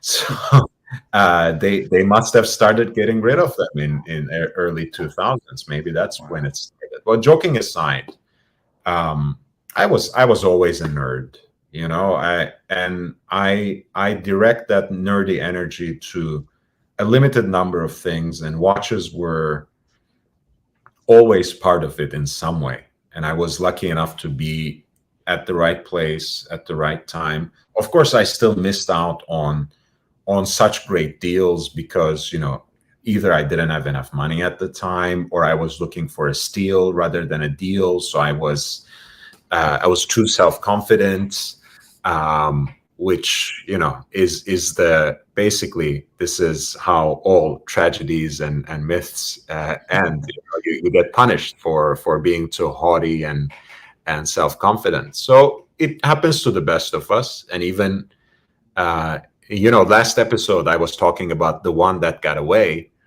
I missed out on so many great deals as well, no doubt. But I'm lucky enough. I would be lucky, you know, even today, God forbid. But if something happened and I could only take away my Submariner,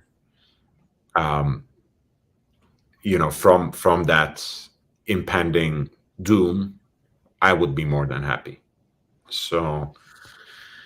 Absolutely. No, that's a beautiful piece, and you have an amazing connection to that. And that's something not a lot of people can say, you know. I grew up, my family was lower middle class. I'm not talking Archie verse lower middle, like real lower middle.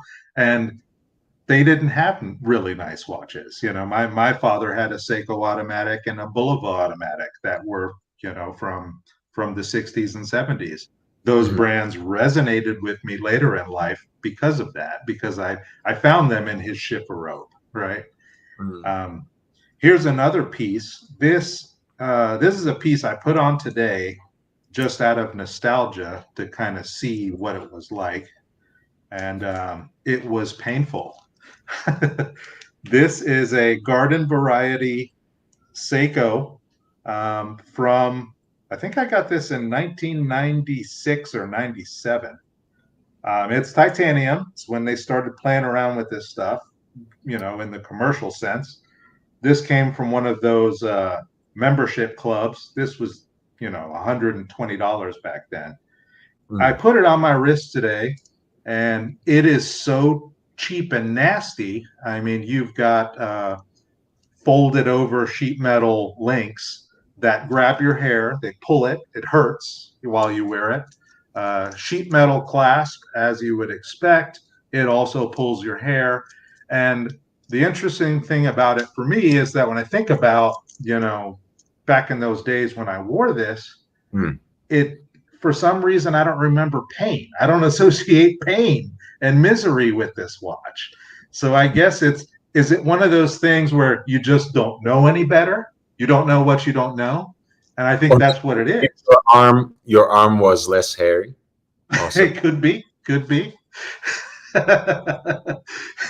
But nonetheless, I like keeping these things because they remind me of the life that I've lived and what I've been through, and it's a way for me to kind of teleport back to those times and Jimmy, relive those memories. Amazing that you still have it. Of course, that was to your Casio World time, but still, this too, it's amazing to have. Terrific. Jimmy says, and you see, it's not only the aesthetics of the watches we like, but the stories behind them. This is, Jimmy, this is the main reason for this channel's existence, actually, to really connect the watch hobby with the lifestyle and with the kind of stories, emotions, narratives, and histories that people inject into these material objects. So it's very, very important to me. And it has, of course, the signature Seiko day-date complication. It's quartz. I've got it set in Spanish because I always was amused by that. I'm a Puerto Rican American, so that's just kind of subconscious for me, is to say, oh, it's miércoles, right? Love it. But nice. Man, is it nasty? No, it's not nice. It is nasty. But it teleports me back, and that's why would you throw that away? If I can chuck a battery in there and it comes back to life, I'm going to keep it. Absolutely. I'll probably keep it when it's dead, right? I mean, Thomas says, my first watch way back when I was 8 years old was a Timex. I was so happy and proud. I had a watch like my dad. And Jimmy says, nice, Thomas. It's just like driving an older car. When I get back in what I drove in high school, I feel like I drove this and handled like that, and we survived. Yeah. And I think it also reconnects you with people. Like, who was I hanging around, and what was my life situation like there?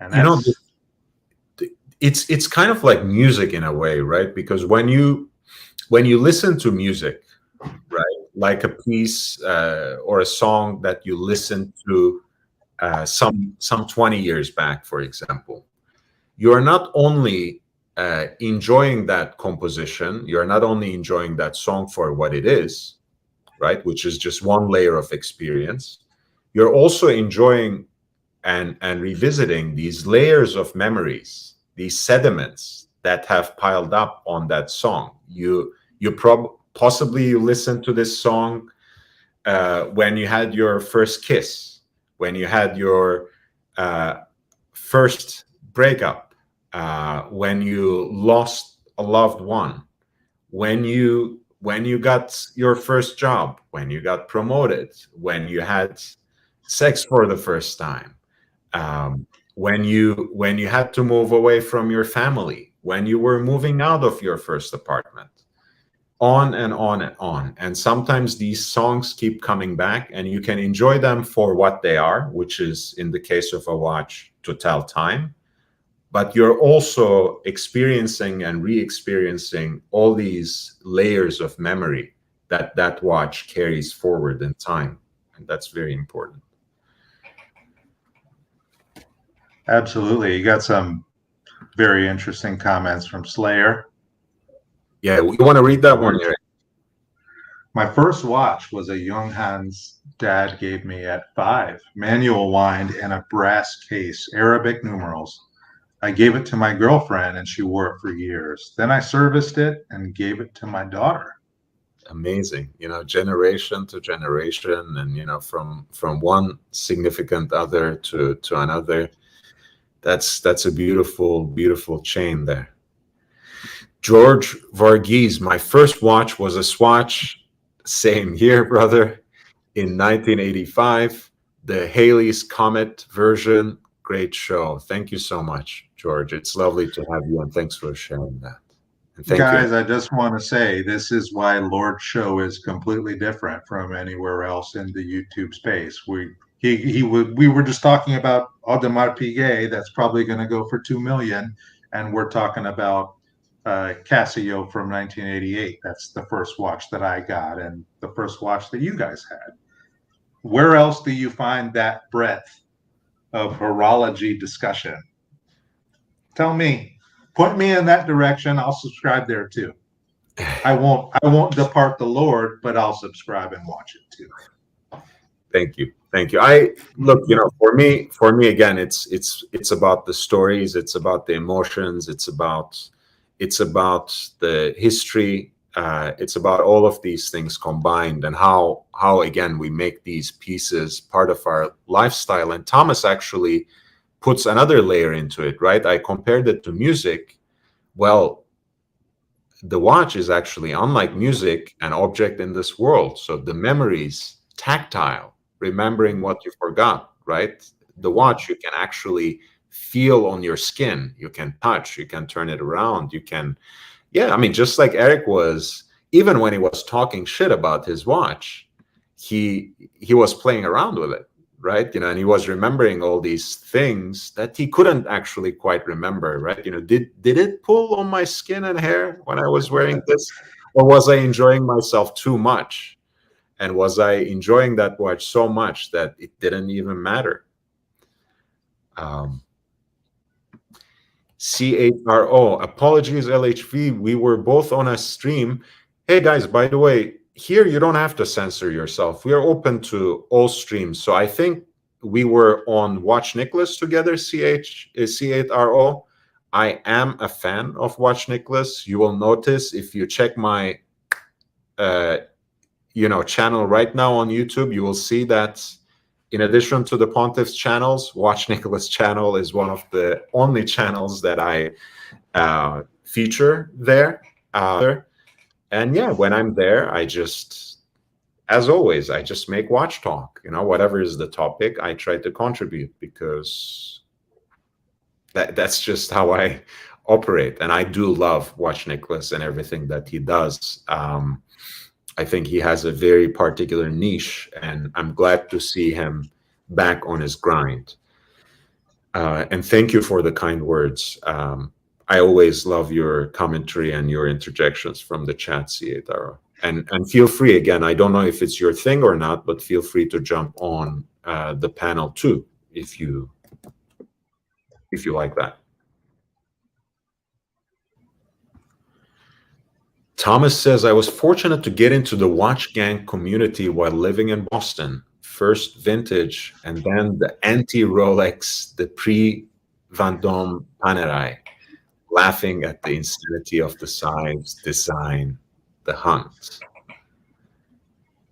Yeah, it's that's the great thing about Rolex, actually. That we have a lot of fanboys, but it's such a, including myself, by the way, don't take me wrong, I am a Rolex fanboy, but it's a brand that generates such strong emotions.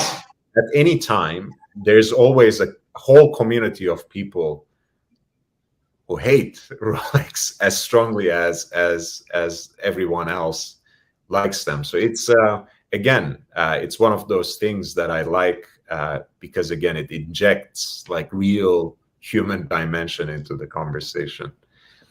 Yeah, it's this watch thing is a multiverse, and while people say we love to come here, there's no drama, we could easily uncork that drama and start talking about something innocently without naming names, and just saying, what do you think about investors that came in here the past 3 years, have zero interest in horology or watches, and drove your prices up? And that's why you have a lot of sentiment and, anti-sentiment of, well, screw them, I hope they take heavy losses. And this sort of thing just it self-perpetuates. And we try not. And the funny thing is, like, that to me is what actually pushes me away from manufactured drama, because there's so much drama that the watch conversation itself can generate, both just within strict terms of horology, but also in the way that it connects to so much of politics, history, and culture, that you can have serious emotions and like very, very strong disagreements just talking about watches without having to make things personal. Yeah, I mean, watches have been made for a long time. They've been made for what we would perceive as, fruitful endeavors, and they've been produced for, wartime and more nefarious sort of purposes. Panerai is one of those companies that has gotten a lot of shit, over the past couple of years of, you guys put Nazis in your ads, right?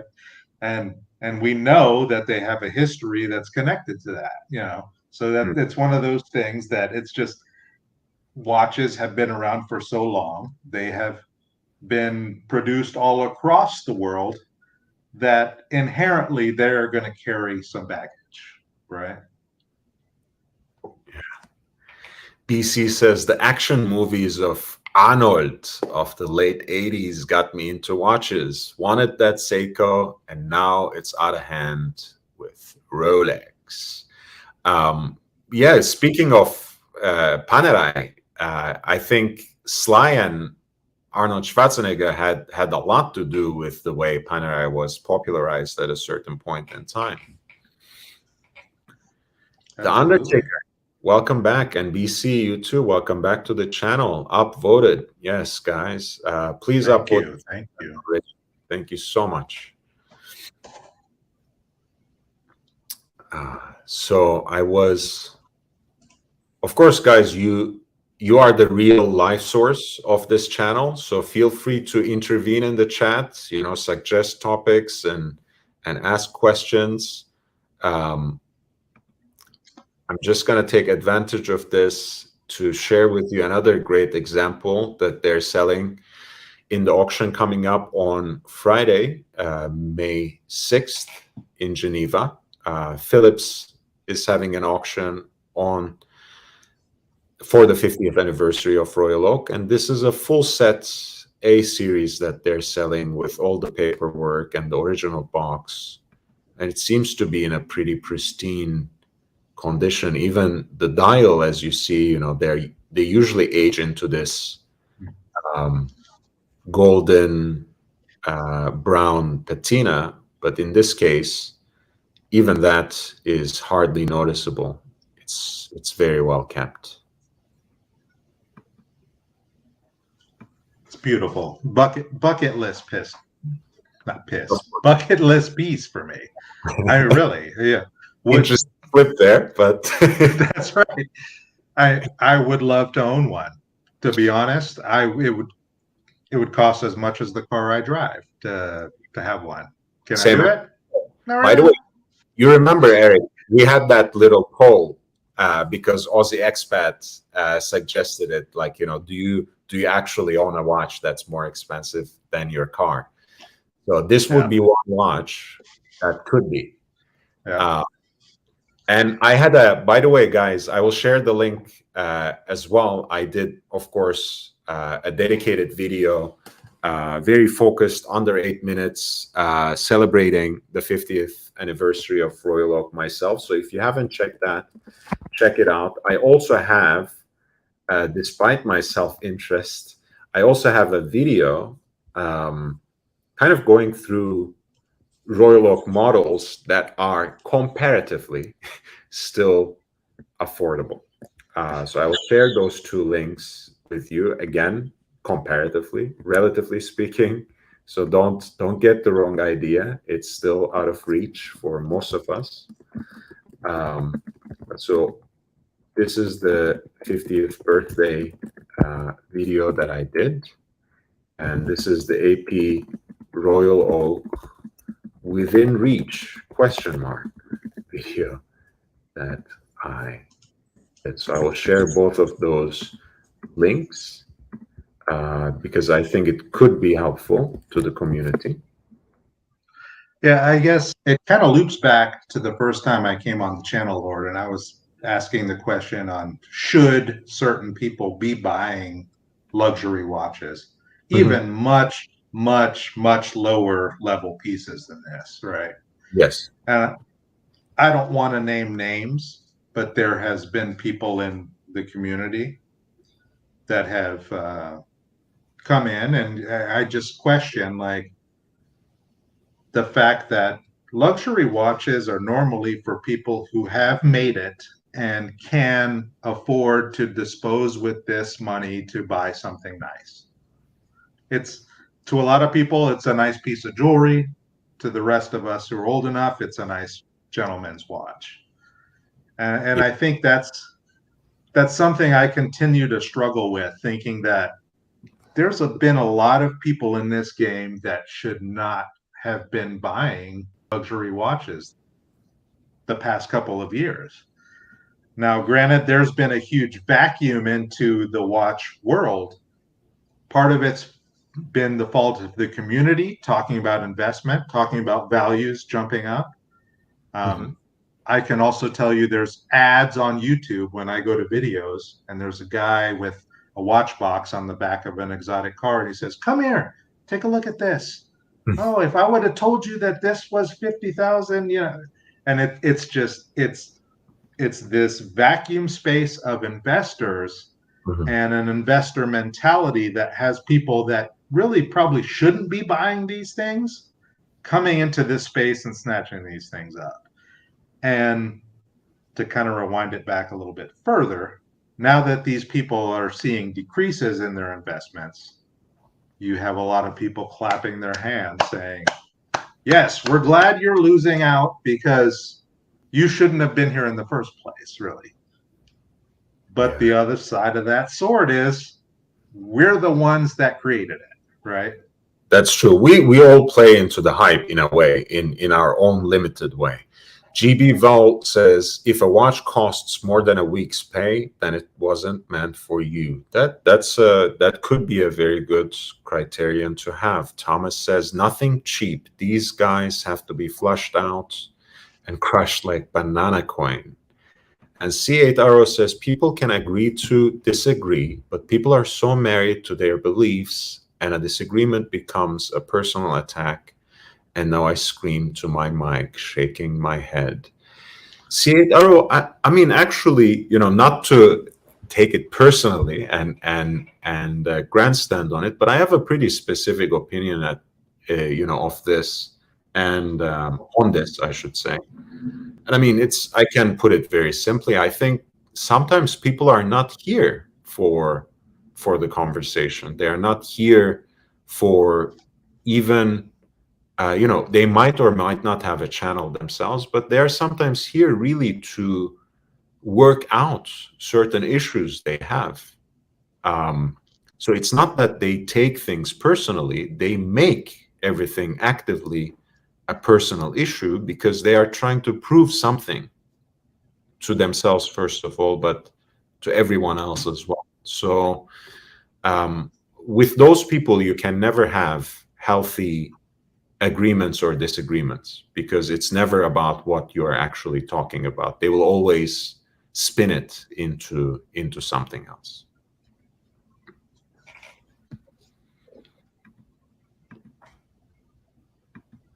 Yeah, sorry, strongly opinionated as I usually am, but that's my 100%. take. And the last one I actually want to show you, because I was actually in the horology dungeon earlier today talking about the bloody history between a lot of these Omani watches, you know, that have the double-crossed daggers on the dial, which is the insignia of the Sultan of Oman, the one who just passed away a couple of years ago. And here is an Audemars Piguet Royal Oak with a beautiful factory set diamond dial, midnight blue, I think, without the usual tapisserie pattern, stick hands, and the characteristic cross daggers there, and a very pristine example indeed.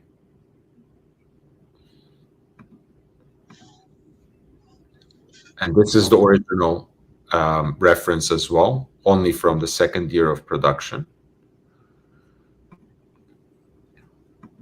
One of the first 1,000 watches made, apparently, in the series, as you can see. A996. A very interesting example. 150 to 300,000. Yeah, Swiss francs, which is just a little more in US dollars. A good 25% more? Yeah, you're right. Do you want me to ruin this watch for you, Lord? You want me to ruin it for you?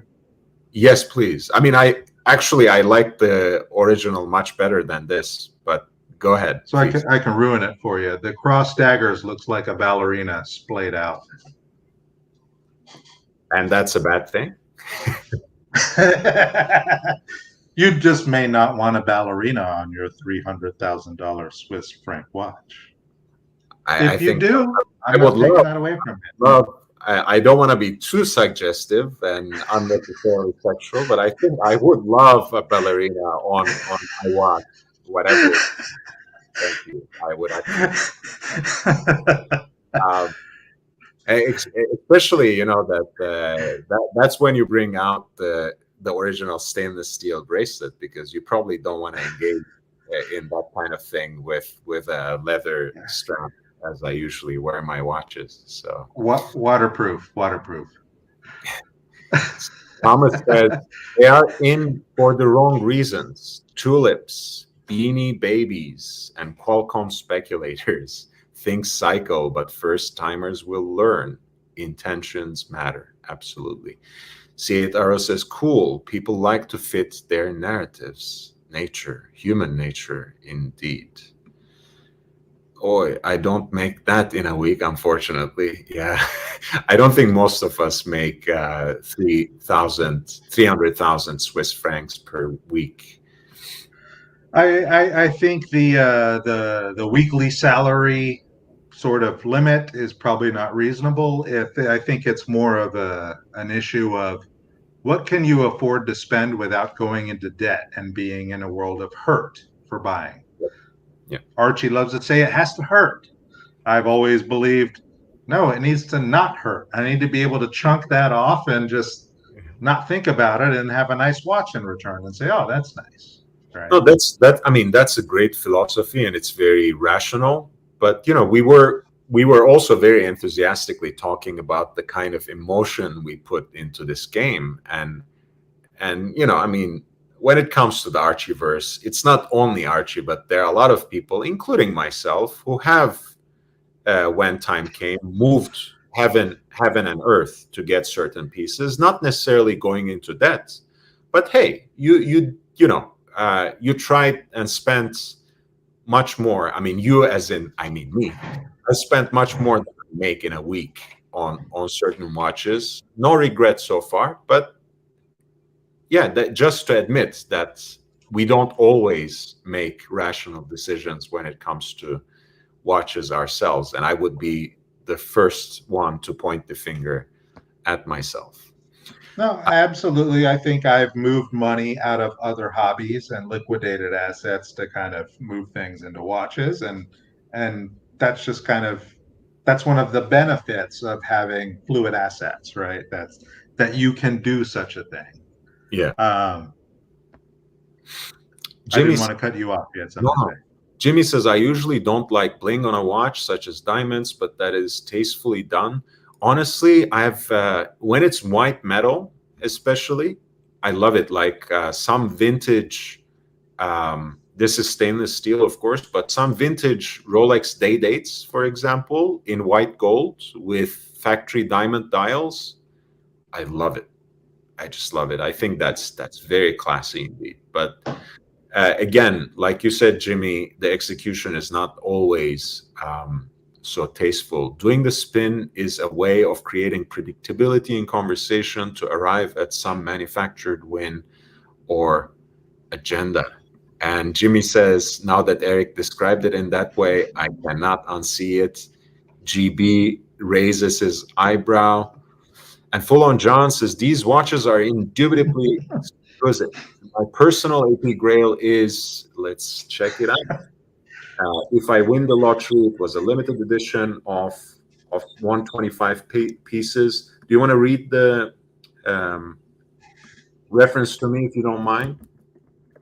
Eric? Yeah, sure. 26331. Bravo Alpha. Omega Omega. Yeah. 122. 0 Bravo Alpha. 02. Now we're going to get a bunch of people in the comments being like, what kind of CIA operative is this guy? Yeah, this is this is like a half in the secondary market, at least. It's a $250,000 watch. Do you see it? It's wow. Stunning. And I'm not a gold guy, but that's impeccable. Yeah, something about the shade of those, that gold or champagne in the subdials is also very appealing to me, even before I venture out to the case, within that space.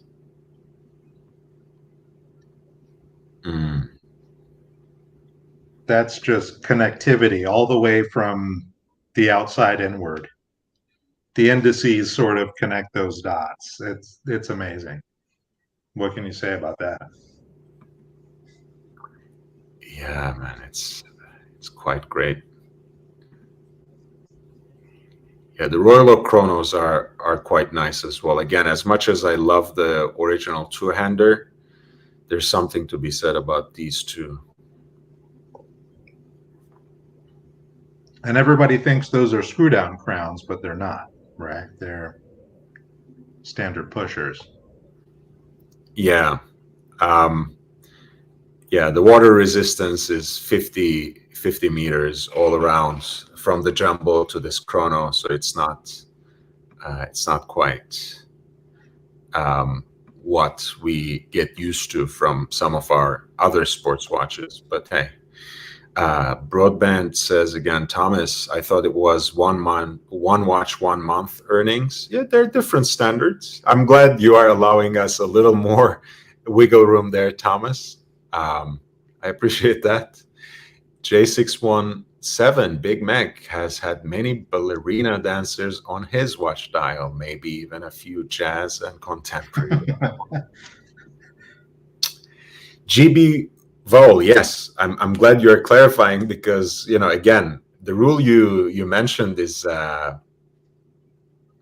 it's for reasonable people, not for people like me. The weak rule isn't something I'd expect any hobbyist to live by. I'm talking about who the manufacturer markets to. Absolutely. Rolex to a congressman's salary, Patek to a Fortune 500 executive salary. Yeah, reverse engineering. That does make a lot of sense. And I guess that explains why they don't want to see us walking in the doors of the AD.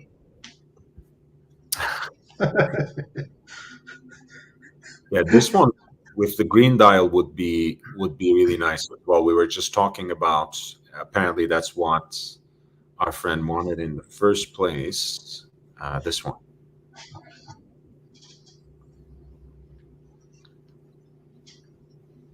Yeah, the list price is 80,000 on this one, but I think it's obviously in the secondary market it's quite different.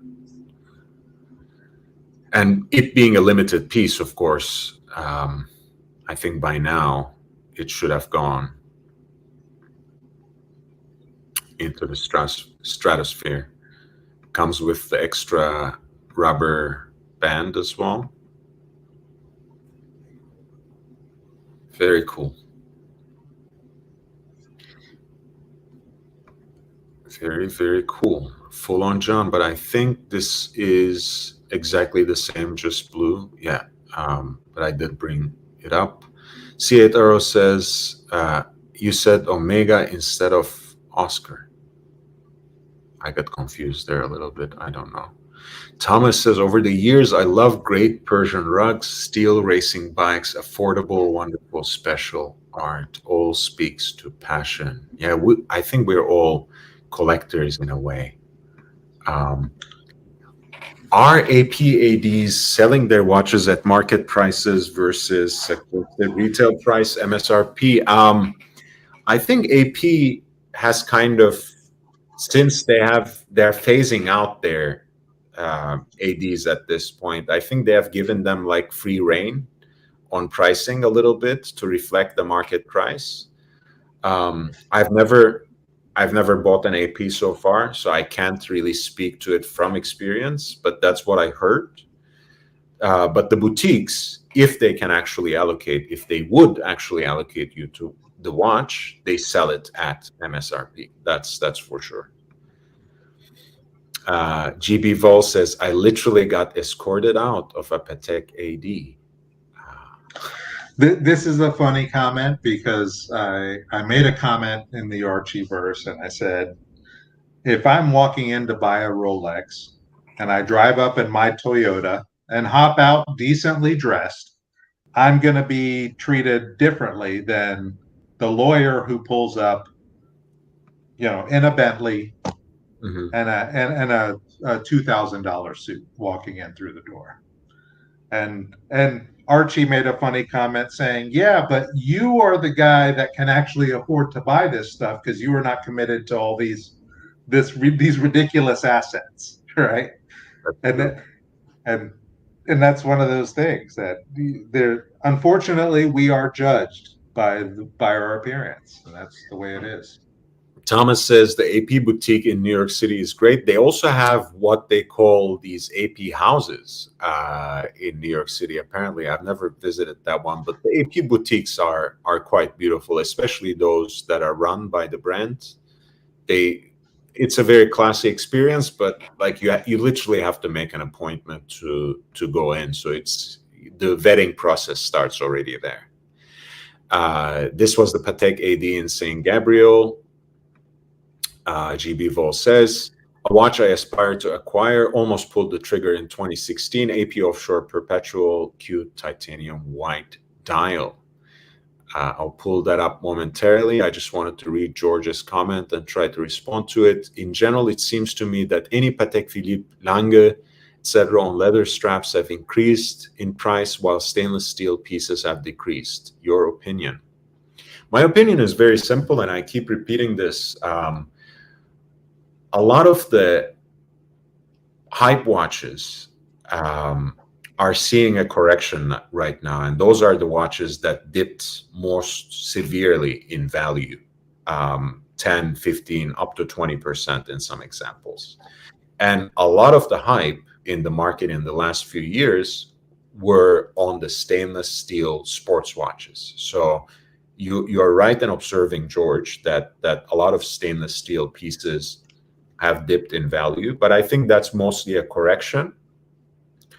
And already as a Lange collector and as someone who also has a healthy amount of Pateks in the collection, those are the kinds of watches that in the long term will retain and in fact gain leaps and bounds in terms of their value, because they are becoming harder and harder to get, especially with Lange, right? It was already 5,500.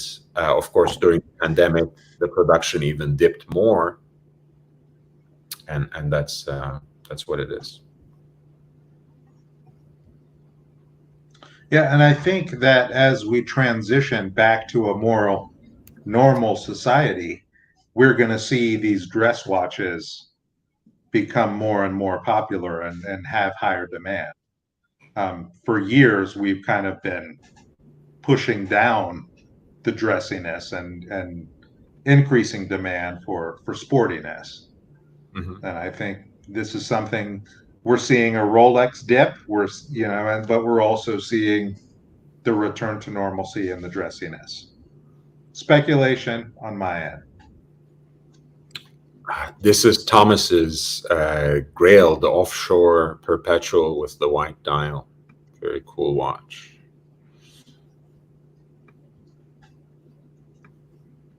It's of course much chunkier than the regular Royal Oak execution of this sort of complication, and it has a very different aesthetic, but is quite nice. Absolutely. Titanium. This is the titanium one, yeah. So as chunky as it is, probably it feels quite light on the wrist. C8RO, clarification. He spoke every letter alpha phonetically. NATO, military, or aeronautics, with the exception of O. It was endearing to a watch guy. Again, I missed out what this is in reference to. C8RO, you gotta remind me. George Varghese, my friend owns a Lambo dealership in OC, Orange County, I'm guessing. He tells me all the time that the guy who comes in with a three-piece suit, Rolex, etc., never buys the car, whereas the guy who comes in flip-flops always buys. That's exactly it. That's me. I'm that guy. Thomas says about this watch, so clean, smooth, solid, unique, light. Yeah, it's a very nice watch. Quite secret. Jules Audemars, Tantalum, and gold were our sleeper deals. Are so unique, cool, but you have to want contrarian. Yeah, Jules Audemars are still very, again, comparatively speaking, very much a deal.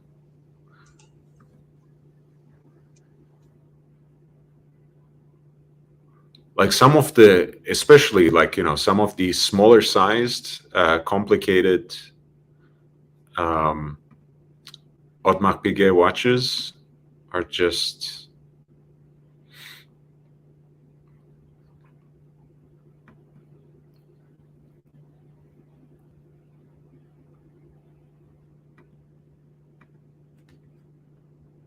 this is a Tantalum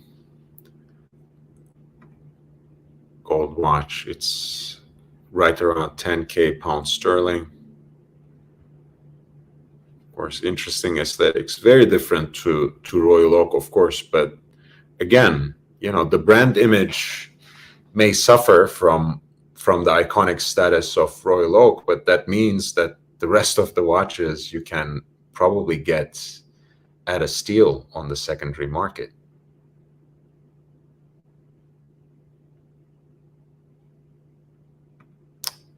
Yeah, we'll keep it on the down low. Thomas, we won't talk about Jules Audemars from now on. I'm hoping Eric will come back, but I'm sending the link again, and of course, it's already pinned there, guys. We just passed the 2-hour mark. Again, I really appreciate your support and presence and the way you move the conversation onwards in the chat.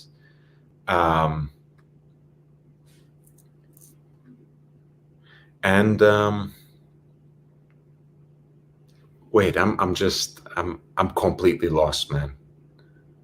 Omega instead of Oscar.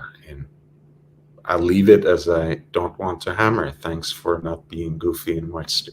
I really missed the reference. I'm not trying to play it cool or not be goofy. I can be a goofy person, but hey. Jimmy says, I've not seen this particular AP before. Interesting. Yeah, guys, I mean, we don't really pay attention to other pieces in the Audemars Piguet range. So it's sometimes worth taking a look at them. And in this case, of course, also it's not a smaller case either. So for the right person, again, this could be a very interesting deal.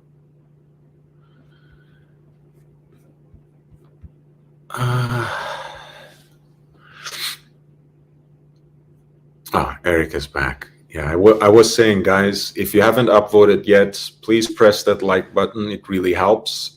Share the channel, spread the word. I'm trying to get to 1,000 subscribers. I really appreciate your help in doing that. In the meantime, if you have been enjoying the content and if you want to encourage me to produce more and produce new content, you can always consider a PayPal contribution at lordhellespontv@gmail.com. That's lordhellespontv@gmail.com. And I also have a Cash App at $LHVVV.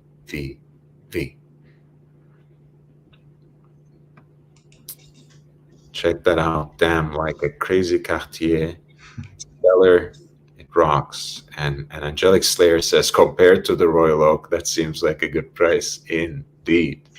George Vardy says, your opinion on code 1159. Do you know this watch, Eric? Yeah, it's a watch that was introduced to kind of break up the Royal Oak monotony, right?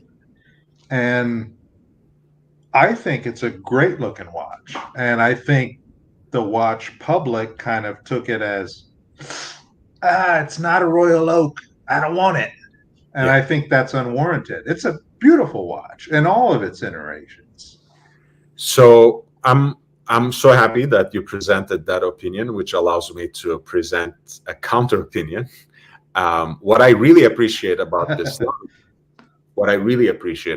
line, is the fact that they introduced, I think, like 6 new movements with it, right? So that's something to be appreciated. They were not just casing in movements they had at the ready to sell another watch.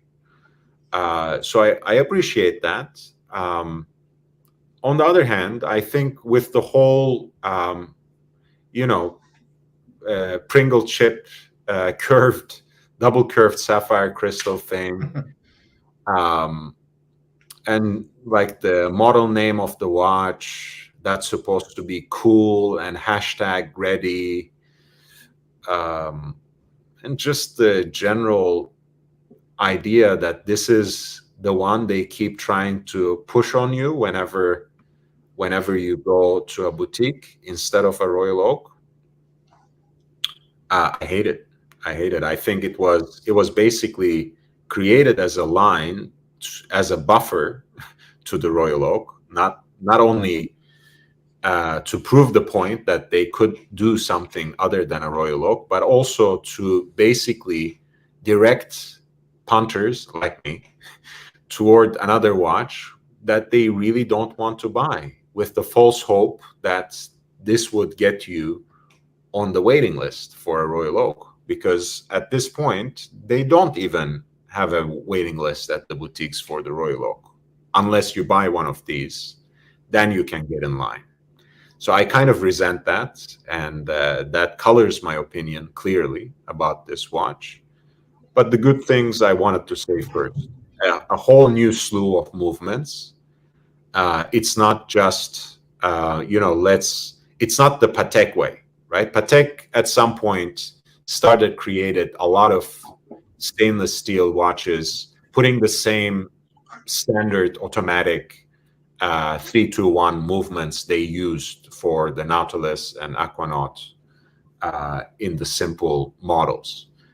Here, at least they did the work. They did their homework. I appreciate that. But beyond that, not for me. And I actually don't like the fact that they put this, throw this as an obstacle in front of you. This looks like a lot of variations this early on for the 1159. I mean, you scrolled through probably 27 of them just now, right? Yeah. Well, Yeah, that's the thing, Eric, though. They wanted to make the point that, like, this is not just one watch we are trying to put out other than the Royal Oak. This is an entire series. We are invested in it. We are here to prove a point. Mm-hmm. And for me, if we isolate all of the baggage of Royal Oak and trying to follow up and trying to divert interest, Mm-hmm. I think on that note, yeah, it's a failure. As you approach the brand and say, what are my tastes? Is this a beautiful watch? Does this have horological chops? Does it have, does it hint at a heritage that speaks to me? I think it's something that would maybe make people look and say, okay, yeah, that's actually more my style. Not that you're going to divert anyone who is laser focused on buying a Royal Oak. You're not going to do that, right? That's not going to happen. Yeah. Joe Money says Art should give you more of a shout out during live stream. He does. He supports me a great deal. I'm not going to be ungrateful in any way. I think Arch did great things for me, and he will continue to do that, and we will continue to collaborate on his live stream and beyond. Tickers, Tim, and a bunch of others got so much, but your content is better. Thank you for the kind words. Full on John, just for you. I pulled up the purple dial. Enjoy it. Caro or C8RO says, thick, a bit voluptuous, but I'm unclear of the complications. Again, they were trying to prove a point by designing all these different new movements for the thing. Sorry, Eric, you were saying something. No, I think that last comment maybe is it. That when you introduce a line, do you come out with it and have every single complication possible that you can do on that line? Or do you introduce the line and establish an aesthetic, and a design preference, and then slowly start to make variations on people that have bought into that?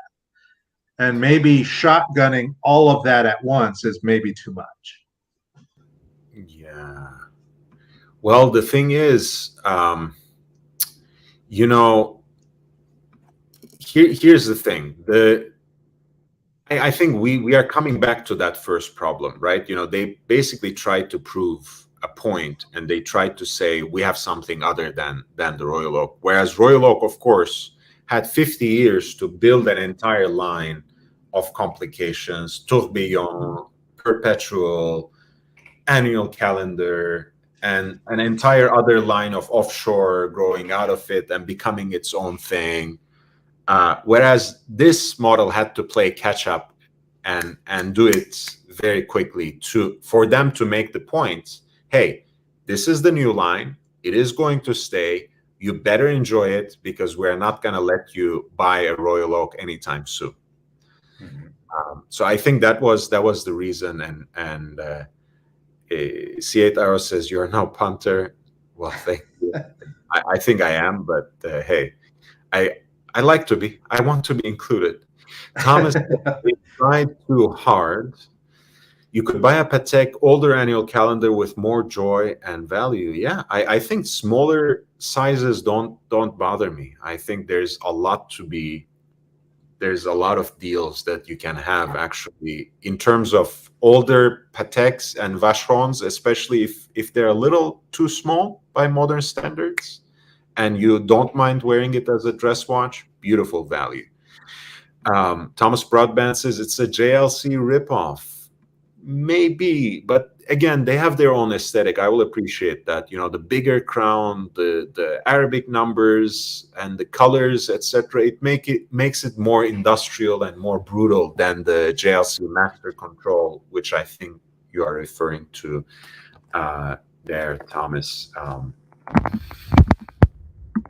And yeah, that being said, by the way, guys, I have been working hard. So just to prove you that, I'm gonna share again as a link here a video that I did on JLC Master Control series for their 30th anniversary. And it's kind of my bite-size videos, so it's less than, I think it's 6 minutes long.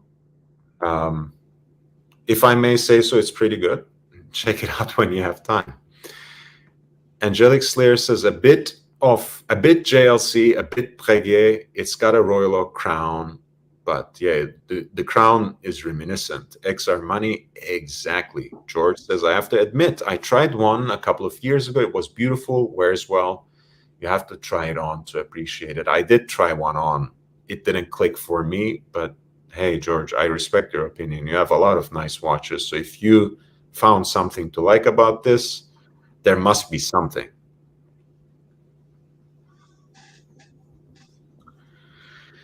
George said it was on an AP bracelet. There would be waiting list and would be considered, if that was on an AP bracelet, there would be a waiting list and it would be considered a grail watch. Hey, it might become a collector's aspiration quite soon. For me, like, look, there are a lot of people in the community and I don't blame them. And one of the reasons I love Bear is because he's so honest about it. You know, sometimes a watch really needs to become hyped up for everyone else to start going after it. And this might just do it. For me, if I hate it, I hate it. I don't care how much people desire it. I sometimes fear for my life when I say this. I think Nautilus is an embarrassment of design, especially because it came from Janta's hands. I can't understand it. But hey, people love it. I still hate it. You know, if some, am I allowed to break topic for a second completely? Of course. I just want to completely finish your thought, please. Yeah, please. Even if it were gifted to me, I would turn around and sell it. So I don't like it at all. But hey, people love it. Thomas said, by the way, it's like the Polaris. You're right, actually. It does look like the Polaris case, and people hate the Polaris. And I'm sure they will start liking this quite soon because it will become hyped up. Sorry, Eric, go ahead.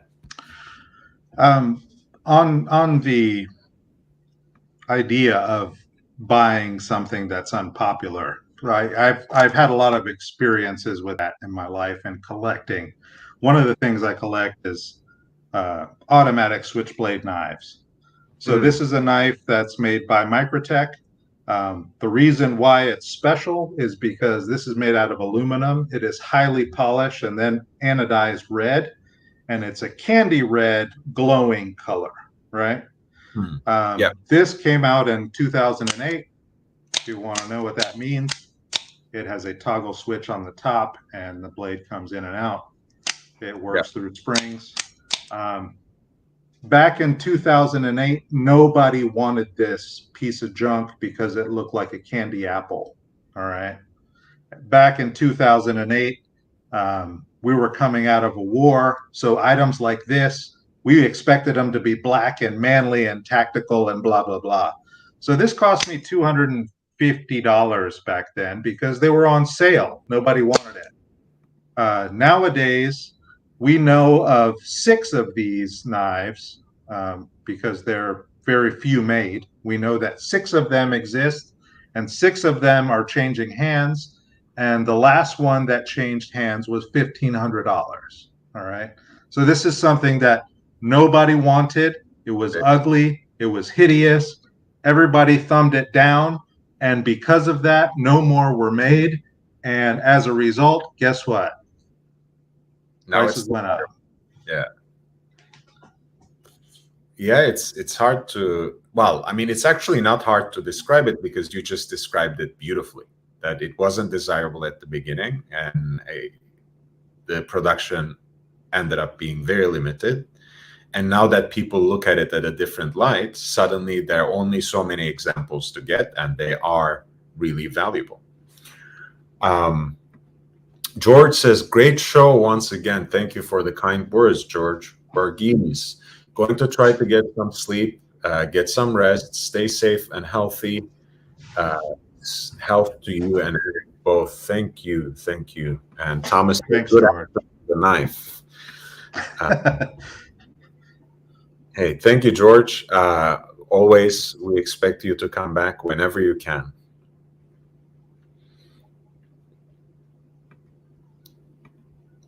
Yeah. So, Lord, I think I actually need to depart as well, but thanks so much for having me on the stream. I can't thank you enough. It's a great opportunity to come talk about our passion. And I also want to encourage other people to step up and join this panel as well. You don't have to be on camera. You can join with the icon if you want to. yes, absolutely. Yeah, you know, if I recognize your name from the chat, you know, I won't even force you to turn on the camera. You know, I have a good trigger finger, so I can remove if there's objectionable content very quick. But Eric, thank you so much. You know, again, I really appreciate having you as a panelist, not only because, you know, you are a great conversationalist, but also because you really take it seriously, and you know, you respond to people in the chat. You encourage them to subscribe and upvote, and that's really a great help. I really appreciate it. Absolutely, Lord. No, I appreciate how your scope covers from everything we've talked about, from the shitters to the hitters, right? And I think that's something that really draws me and a lot of these folks into these channels. So I mean, I'm even forcing myself to look at this hideous code 1159. Imagine. Because I told you I think it's good looking. That's probably not enough, but that's okay. Yeah, it really isn't hitting it for me. And trust me, I have tried. Awesome, Lord. Well, thank you so much. I appreciate it. You've been gracious as always, and I hope some of these other punters will go ahead and join you for the chat, because otherwise you have to well up a whole lot of no talking worries. points. Guys, by the way, don't leave because Eric is leaving, because I'm here at least for half an hour more. So please stay. I'm happy to continue the conversation. Of course, it's always better with a good panelist like Eric, and if you're always more than welcome. But I can run the show, so no worries. As you always have, Lord. Hey, JB, how are you? JB. Hey, what's going on, guys? Hey, man. Thanks for picking up the mantle.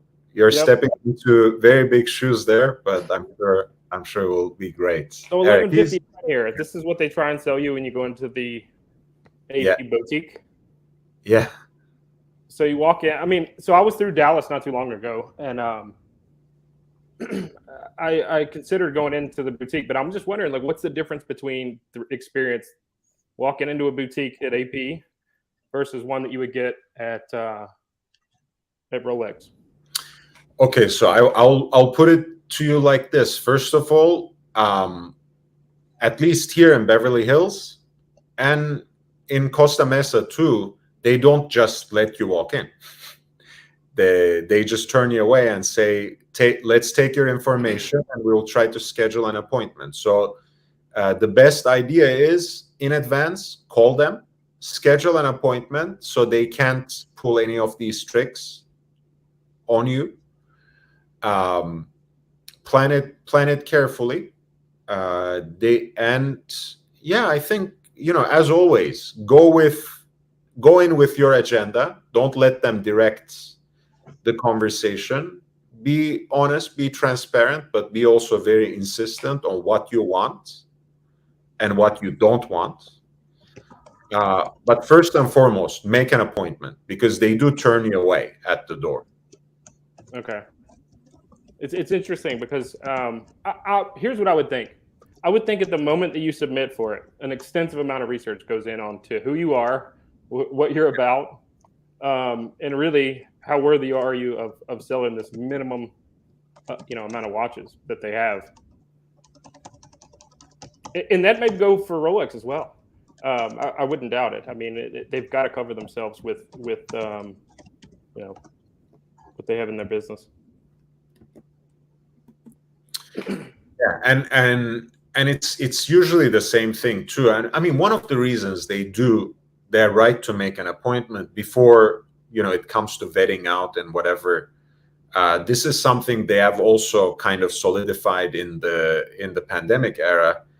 Yeah, they gauge your interest and see if they can actually bring out some watches for you, right? Because usually they don't have much stock to begin with, just like Rolex boutiques before this age of exhibition only watches, right? So rather than having you step into an empty boutique and walk away at best with a pamphlet and maybe a catalog, they are trying to at least cater to you in some way and dedicate some time to you. So that's the positive angle. The negative angle is they don't even want to waste their time with you if you are just dropping by, right? Right. But it's a two-way street. I mean, to me, pulling out 30,000 for something that looks like the 1159 in that basic version, I mean, I can't give real money for that. I mean, I'm sure that it has some value to it, but when I look at that watch, I see like IWC Portofino Moonface that's like a better version of that for probably 10,000 and run circles around that watch. Some people in the chat said, you know, JLC Polaris that everyone hates, and JLC has a hard time selling, but this is somehow, you know, a desirable watch now. Yeah, just to get that idea, guys, this is Thomas was the one who said that, and he's absolutely right. It's interesting. Like, look at it, right? People hate this. I love the Polaris, and I love the idea of an internal bezel. I'm probably the minority.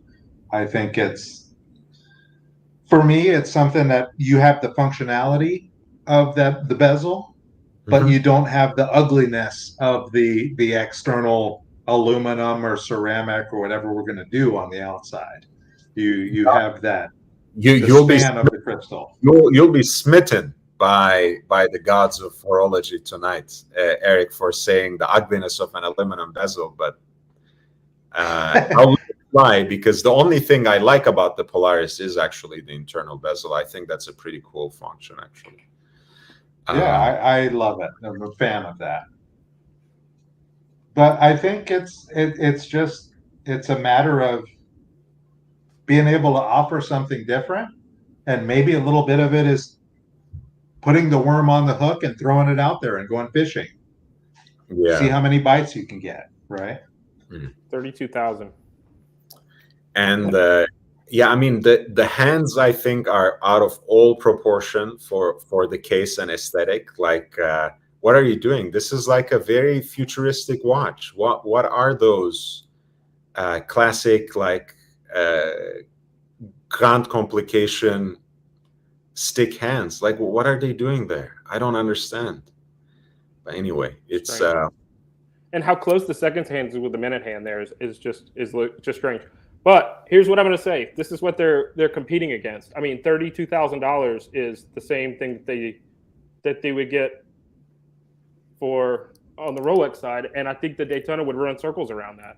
Now, if that was a 20,000, to me, that watch is so people can say they have an AP, and maybe that's what they can get their hands on before they have a Royal Oak. I mean, you may have to buy some of that before.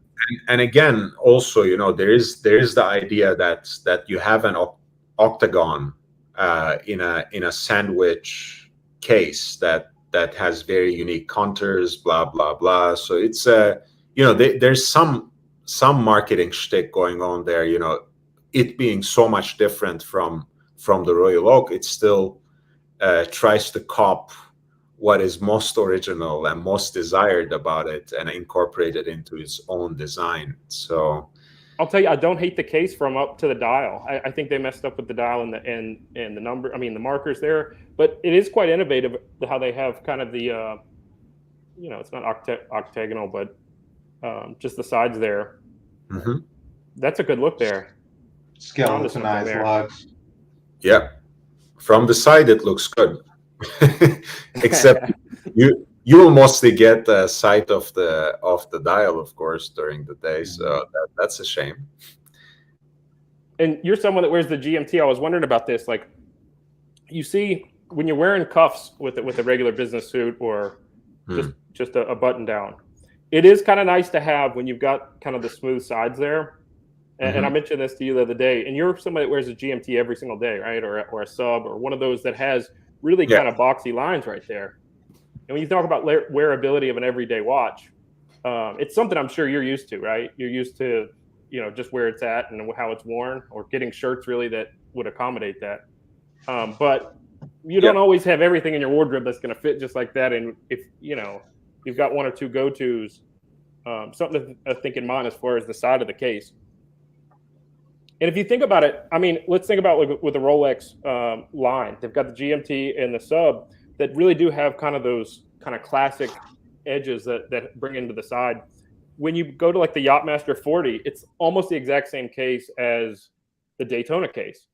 And what I've found wearing both, the boxier sides and a Daytona with the smooth sides is that it does not get caught kind of in that spot right in between your wrist. So, yeah.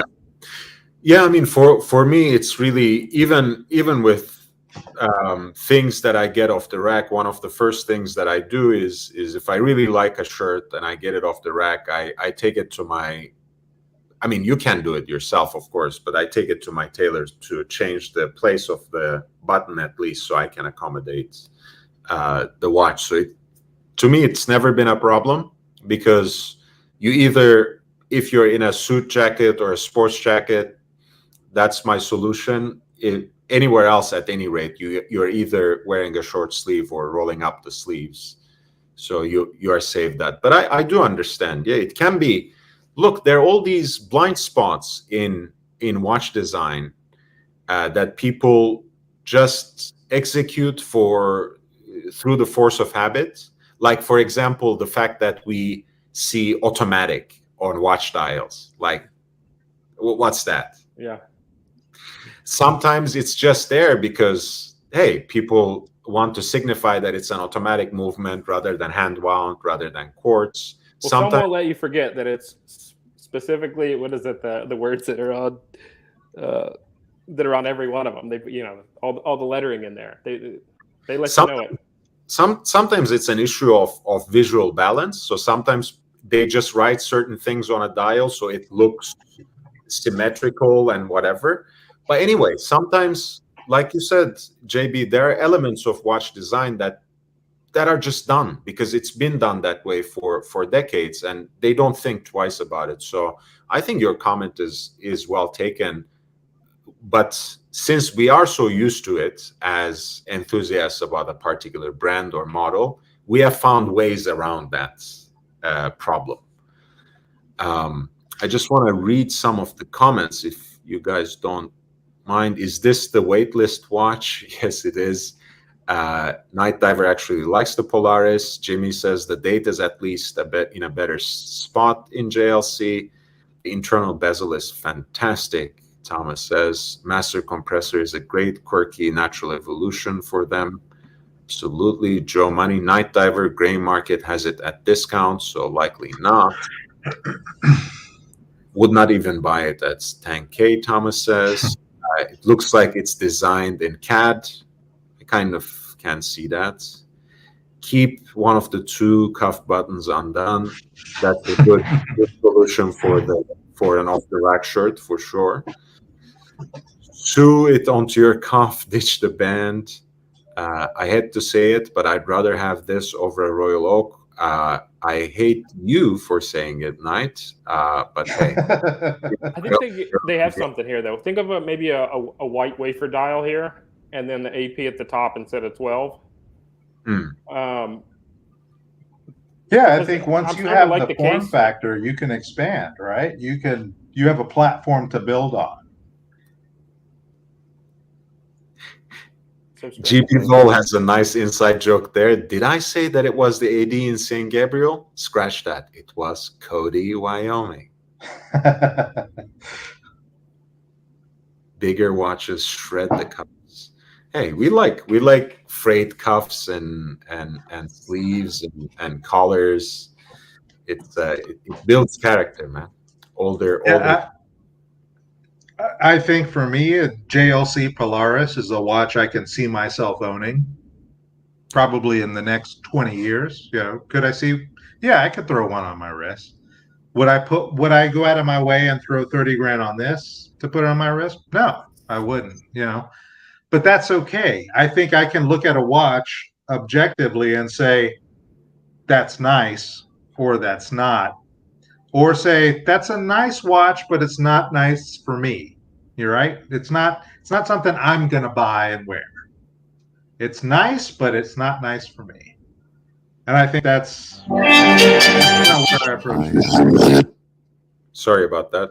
I was planning to play it without the volume. Sorry, go ahead.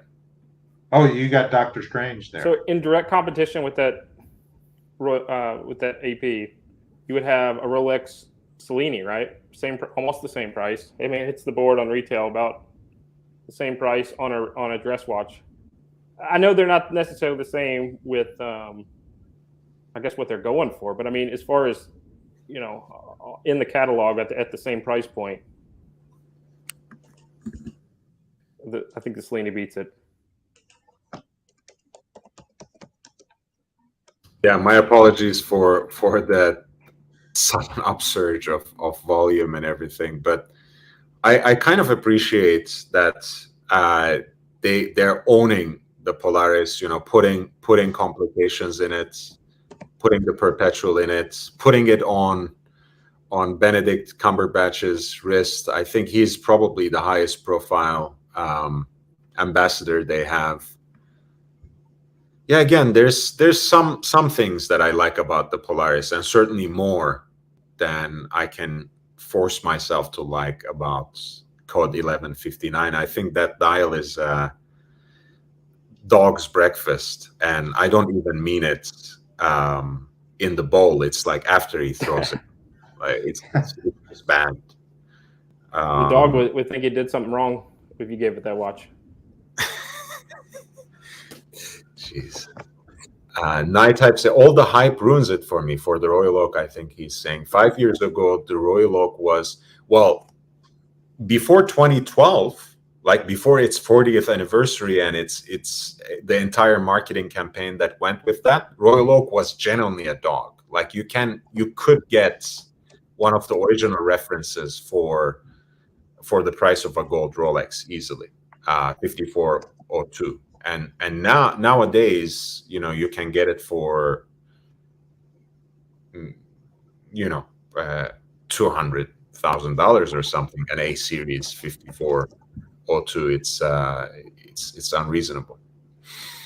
It's insane. We talk about all right, so having 30,000, even just this whole, even what I have on my wrist, or what like this. When you get into that $30,000 range. This is, to me, I think, a financial instrument to where anywhere in the world, I travel internationally and stuff, anywhere in the world, it could really get me out of trouble.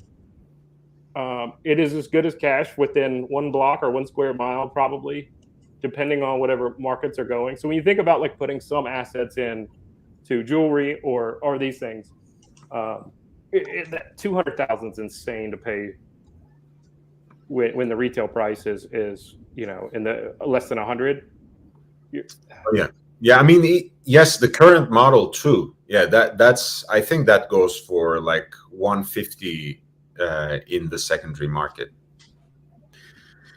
Conspicuous consumption is in vogue like the 80s. And C8 Arrow says, "Oh, if Doctor Strange likes it, Thanos didn't ice me, and I have nothing to lose." Yeah, Benedict Cumberbatch actually wears the perpetual version of the master control, but yeah, that's the same actor, so to speak. No, JB, I think it's interesting you talk about the liquidity of watches as assets internationally, right? And that's a concept I think that was forged really back like in the Vietnam War, because we had a lot of American soldiers that were going over there, fighting a war, making a lot of money, and they didn't have anywhere to spend it, right? So they were like, well, I'm going to the PX and I'm buying a Rolex, right? And I'm either going to strap it on my wrist or I'm going to send it home. And they had an asset. But in the use case that you mentioned, they had something that was a ticket home, right? And I think that's the way we've thought for years and years and years. And now the world is this inversely violent place where it's almost like, well, that Rolex on my wrist may be my undoing internationally, right? So it's kind of, it has value if you can get out of it, but it also may draw the opposite attention, I guess, right? Right.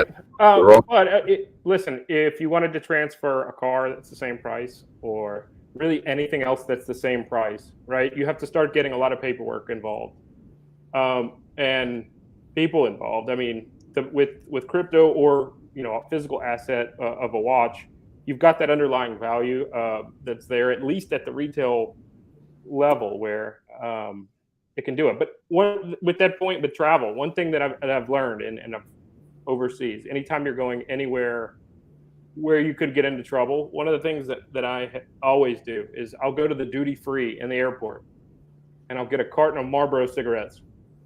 And if you get into serious trouble, always have a pack of Marlboro cigarettes with you. In a cab, in sketchy situations, you'll be surprised what that can get you out of. And I'm not even a smoker, but just having it, I mean, it's probably $50, but it's a decent insurance policy on, a lot of people will connect with an American cigarette, and they know exactly what it is. So just a tip that I always do. I've only had to use it a couple of times, just with people in taxis and people jumping in, and you can you kind of get roughed up or cornered in a spot where you offer them, here, take the pack for you. I used to smoke. I used to smoke, and I used to smoke only Marlboro Reds at a certain point in time. So I know the value of those for sure. Exactly. There's definitely a fellowship that you can form by saying, even before things escalate, hey, you want to smoke?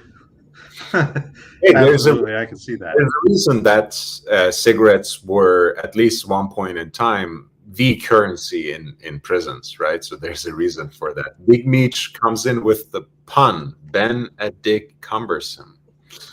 And Slayer says, I like French cigarettes. Someone send me some, please. I like French cigarettes on French women, but yeah, that's all I can say. Yeah, the long ones. Huh? Yeah, with the plastic ends on them. They've got the. Oh yeah, with a holder, actually. That would be great, but that belongs to another time. That belongs to the time when I was first introduced into vampirism, sometime in the 19th century. So nowadays, people don't appreciate such things. So, Lord, I want to ask you a question. Yes. I actually started my career here in YouTube 2006. I was one of the first channels to ever exist here. And what happened in 2010 is Google wanted to know everybody's identity. Who are you, Eric? Give me your name. I want your email address. I want all your personal details. I said, peace. Now you just need to send a PayPal to Archie, and he will read out your name. That's right. I'm from Docksonville, Florida. But nonetheless, we're at this stage of, things are so wide and open. But I want to drop a bomb. This is unprecedented. Nobody has ever dropped a bomb on YouTube and just left, because I gotta go good night. But I want you guys to talk about the Cellini Prince, Rolex Cellini Prince. That is that rectangular dual dial vertical layout. Yep. Pull it up, Lord. Pull it up, Lord.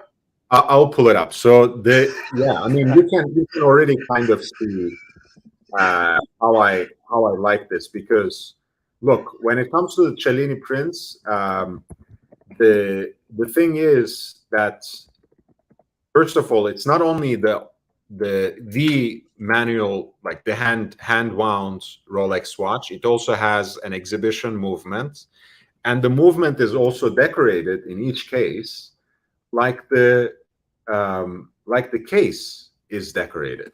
So like it reflects the details on the case, and the movement is decorated in the same way. And I will show what I mean by that. You know, our bear has bear. Really quick, GB Rule is saying Google didn't own YouTube in 2006. No, they did not. They owned it in 2010 is when they came and said that they wanted my identity. And that's when I said, peace out. But nonetheless, the Google prints, the Google Rolex prints. So, right, you see how the dial has this concentric circles, right? And it has these, what would you call them? Teeth, right? And you look at the movement on the back, right? It has this clasp here that people either love or hate, by the way. And then the movement, you see it's decorated with the same concentric circles. This is the white gold version. Can you imagine the back of that? I mean, each one of those pieces has to line up, and they assemble that. They have to line up in a way.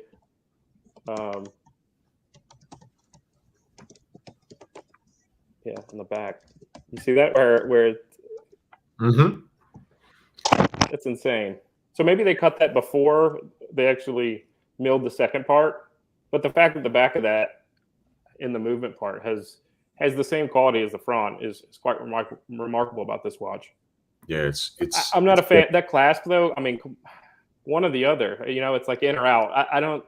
It's different that it's cracking almost like right in the middle, but to me, it looks like it's almost broken. Your eye kind of catches it right in the middle there and says, "Oh, the side's broken there." And unfortunately, this is not a good quality picture where you can see how the movement is decorated in the same way as this. This is the rose gold. This is the pink gold, if I'm not mistaken. Yeah. Let's see if we can find another example. But this is the yellow gold, right? It is decorated with this hobnail. The dial is decorated with the hobnail design. I like how it's offset through there with the texture. Yeah, you see, again, bad quality picture, but this time you can at least see the texture on the movement that echoes that dial design, which is a beautiful, beautiful detail there. Yeah, for them to, you know, finally have had this sort of unique watch that had an exhibition case back, and they actually cared about what they were showing, what they were exhibiting there, and reflected the dial design on that movement. I was gonna say, what's wrong with these people? Finally, a good picture. You see the sun ray. Yeah, I mean, that's insane on the back. Yeah. How it almost flutes out too. Yeah, and it reflects again what's going on the dial. And yes, it is, of course, also reminiscent of like a Rolex signature, which is the fluting on the bezel, right? That's a great eye there, JB. One thing on that clasp, though, is I would be incredibly scared that it would catch something. I mean, if you see like right where that crown is, Mm-hmm. You know, usually that's like on where the clasp is. So if it did catch something, it's just opening the clasp.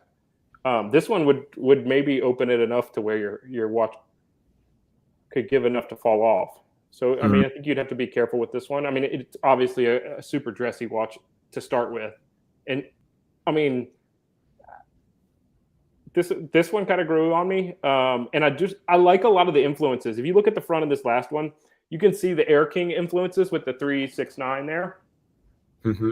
When they have the old Air King. I mean, you see that. And then the one that you had just before that, the white gold one. Sorry, the yellow gold one. This one. I think, so I love the dial on this one with how it's offset there. So it's set back a little bit from the case, giving that texture a little bit more. It's like, look at the shine around the outside, right where the gold hits the light. Yeah. In real life, I bet you. I mean, stunning. Yeah, amazing. Amazing. And I think the size of 369 though, there was one that had basically the Air King dial, but you can see the exact. I mean, the numbers in the font that they have right here. Yeah. And it has the same color scheme as that exotic Daytona dial too, right? For sure. Which is also an Art Deco kind of vibe at any rate. So like you said, yeah, it is a very unique and original design, but when you zoom into the details, you can actually see how it picks up little elements from Rolex's design language and just combines them in its own way. So I'm gonna take a wild guess here, but is it like 26 millimeters, or even smaller than that? No, this is not a very small watch, honestly. I would highly recommend that you all watch Bear Clooney's video on it. Okay. I think it's the very last video he posted on his channel, Bear Clooney Watches. And it's a watch that has quite the presence on the wrist. So it's not that small. The official dimensions are 28 by 47. Right?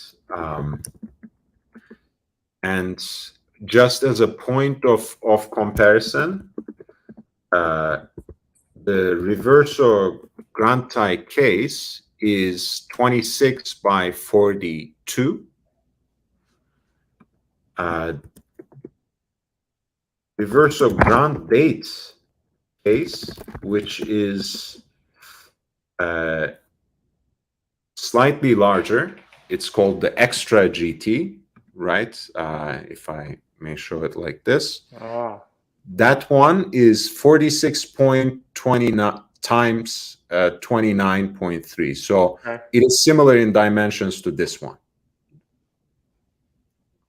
So it will have some presence, but I don't think it will be small at all. It also won't be too large. I think this is actually a better contoured case than the older generations of Reverso cases, which is like a slab. It sits pretty flat on the wrist, which I actually like, but you can see how this is more contoured, right? Sorry, go ahead, JB. What were you saying? I think you can get away with this, like when you have this slender watch face, kind of the slender case, and then the strap that's almost the same size. You can't get it too big or too small, right? Because your eye is just kind of seeing that it's on your wrist. You don't have to, it doesn't have to come out and come back in. So I think with like this, you could see that in the Cartiers too, where you don't see it where it's the wrong size a lot of times. If it's kind of real slender there, and really really classy for a dress watch. Yeah, I mean, I think there are cases where watches should be bigger or smaller, right? Depending on the occasion and depending on the design. But I think when it comes to certain other watches, like Reverso, I think is a great example of this. If the proportions are right, you just have to look for the one you like and for the one you think is the right case size and right fit for your wrist. And the options are out there. Of course, there's so many different case sizes on the market. On the Reverso, excellent video that you had. I just wanted to give you a thumbs up there. It really, really high quality work, and your tone and your delivery is good on and bringing the information and having it nice and concise.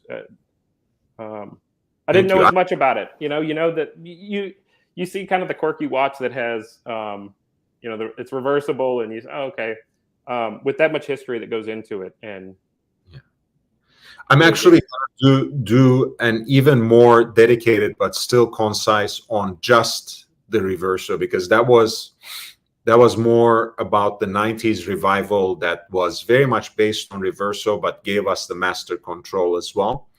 After I finish the Nicholas Fox's reverso book, I'll try to do something that's just the reverso, and tries to kind of bring together the design details, aesthetics, but also some of the historical information as well. But I really like this, not because you're only saying good things, but I was hoping that I would hit a different note with the shorter videos, because I don't only want to run live streams. So since this is finding an audience, it's very good information for me. Right. Thank you. And I'm not trying to brown nose here, but I think the delivery you had on being able to bring those is excellent. Thank you, man. I really appreciate it. I want to read some of the chats, if you don't mind, JB. Bulletproof Art Deco, like the Chrysler building. Yeah, Bear Clooney's video is pretty nice. He dives into the Art Deco aspect of it as well. 49's fine. Welcome back to the channel. I can't get on board with Art Deco watches because my ish brother-in-law got a Longines and made a fuss, and I rolled my eyes. Yeah, the Pontiff hates the Longines too. I don't know because of whom. Eric, good night, man. Thank you so much. Alphabet Group owns Google, an interesting name, Alphabet Group. Thomas Broadband always thought they should reintroduce as the Wilsdorf. I love the movement, sturdy. Hey, man, this is your home, Eric. You're always welcome back. Thick, solid, robust strap. The strap clasp could open. Yeah, he has the same worry as you, JB. 49's fine. A Rolex under retail price. Imagine that. I wonder how many are in the safe at the nearest AD. Like how many Cellinis are there? I don't know. The Cellini prints might be actually Bear Growl. Yeah, they still might have them available. At these new prices, you ask yourself instead of Reverso or the Gondola. My choice is the Reverso, but then again, I think if you like rectangular watches, you probably like a little bit of all of these, the Tank, the Reverso, the Gondola, the Rolex Cellini prints. But then again, they're also very different from each other. So you either go for one or the other, just like not all round watches are the same, right? They all have a different vibe and different design elements. Don't look bad on the wrist, Bezos says. Peace out, Eric. Thank you so much. It's thick and a little curvy. It has plenty of presence. Guys, we have just passed the 3-hour mark. So if you have been listening, if you have been watching and enjoying the show, please don't forget to upvote. If you can spread the word and share the link on other platforms, that would be great. It really helps me a great deal as I try to reach 1,000 subscribers and as I try to get monetized. And hey, guys, as I mentioned before, if you have been enjoying the content and if you want to encourage me to put out more, both in terms of these live streams, but also shorter, concise, and more narrative-oriented content, you can always consider PayPal donation. That's lordhellespontv@gmail.com, lordhellespontv@gmail.com. I also have a Cash App, which is $LHVVV. Before you go, of course.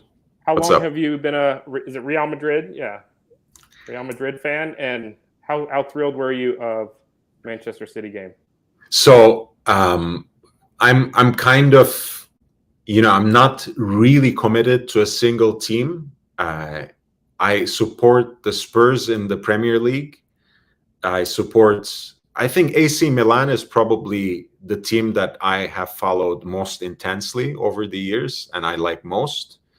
But Real, I supported for a long time, and I remember when Casillas actually was a young guy coming through the ranks, in the late 90s. I think he ended up actually lifting the European Cup / Champions League with them. And that was probably the 9th. That was his first one. So I remember agonizing for years until they won the 10th one. And this is a jersey that I got at that time. It says, on the back, it says La Décima. So the 10th. 10 championships. Yeah, so 10th European Cup, in fact. Now they have 13, and if they win against Liverpool, that will be 14. And no one has won. I think AC Milan has 7. Barcelona, I think, has either 6 or 8, I forget. But they're either one notch below Milan or one notch above. But no one comes even close in terms of their domination in this World Cup, because when it was first established, they won it 5 times back to back, and when Zidane was Frenchman, the manager, they won 3 times back to back, even though they were struggling in the league against Barcelona and others. So, so I've been following them and supporting them more or less since late 90s. I like their chances. I mean, they've got Karim Benzema that is rock solid, and he scored 3 goals. But not last game, but the one before that.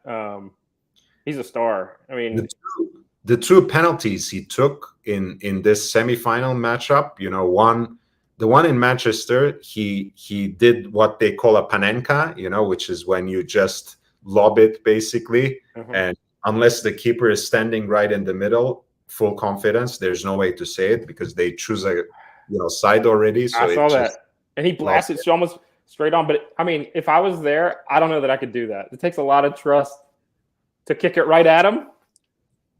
That I mean, you probably know, if you have played any sports, that of course people care about conditioning their body and preparing and whatever, but at the end of the day, what makes the difference at the highest level of the sport is always your mental toughness and mental consistency.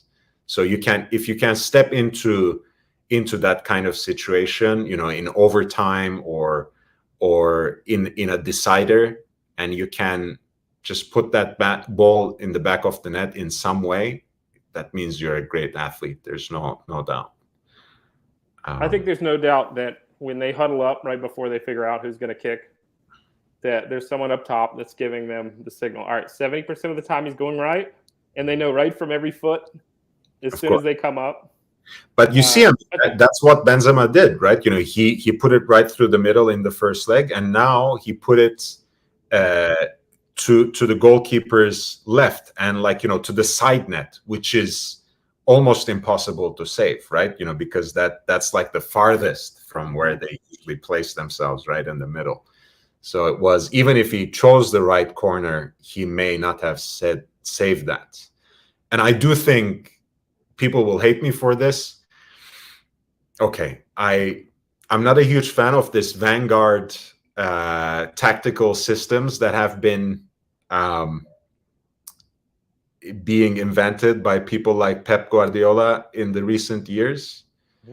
At the end of the day, I feel sometimes when it comes to defenders and goalkeepers especially, they place a little too much importance on distribution and how good they are with their feet at the expense of fundamental skills of defending and saving. So Ederson, for me, the Manchester City goalkeeper, is just overrated. He's good and he's great with his feet. He's great at ball distribution. But if you ask me, I would rather, even for a pickup game, I would pick Courtois, the Real Madrid goalkeeper, the Belgian keeper, over Ederson every day of the week and twice on Sunday. Sometimes I think the general public gets a little carried away with the flash on when you can do some of the moves that others can't. It'll be interesting to see. They've got one more. Got Liverpool ahead of them, and maybe they'll raise another crown. That's going to be in Paris, yeah. And Thomas Broadbent says the French World Cup winning team was special. Which one? 98 or 2016? 16, yeah. Two by now. I'm happy that it will not be an all-English final. That would have sucked. Yeah, the first final, actually, that was 99. Now I remember. It was Real Madrid-Valencia, I think. And that's when they won the 9th one, if I'm not mistaken. So that was a little boring. And the Zidane, 2016 had Zidane and Thierry Henry. No, that was 98. 98? Yeah. Henry. Yeah. Yeah, that guy is now, he was commentating today on, he was. on CBS. Yeah. You can never forget once you see Zidane headbutt that guy. Yeah, that was 2006 in the final against Italy. Materazzi was the one who got headbutted. Yeah, I think he did it because he made some nasty comments and racist comments to his ear about his mother and sister, apparently. And there are consequences in real life for both of them involved. Yeah, for Materazzi and Zidane, unfortunately. And that was his last game. Last professional game as a player for Zidane. So he had a pretty good coaching career, but the lifespan on those coaching jobs, I mean, it doesn't matter. You can't please anyone. You could win it this year, and next year you have an okay year. If they've got a budget of $200 million, they're going to want wins, and everyone's paying $200 million. And also, sometimes the coaches themselves are not very happy because Zidane won 3 Champions League titles back to back for them, and then basically he wanted a bigger budget to rebuild the squad because it's an aging squad, and now that's Real's problem. But Ancelotti is a pragmatist, so he basically squeezed that little bit of pulp that he had. This is the last chance. After this, they have to bring in more players. The chance was Vinicius Jr., Rodrigo have gone leaps and bounds since last year. Even the defender Eder Militao is much better than how he was a year before. And finally, Benzema has overdone himself, and he has already stepped up his game since Cristiano Ronaldo left Real Madrid. So, but yeah, that's what Zidane was begging for. You know, give me more money so I can rebuild this squad. And he brought in those younger Brazilians like Eder Militao, like Vinicius Jr., if I'm not mistaken. Rodrigo all came when Zidane was still there. But finally, he was fed up and he said, like, you know, I don't want to deal with this anymore. And he had come back after leaving in frustration. So it happens. Guys, thank you so much, JB. Thank you for indulging me with football or soccer conversation as well. I always like that. It's ratings poison, as you know. Oh, I know. Maybe worse than we got it at the end. So no, we were leaving anyways. I'm just, it's part of the shtick, man. People sometimes get angry at me when I say ratings poison for the car talk. You know, the car heads in the chat. Mm-hmm. They generally get angry at me and like, oh, we love.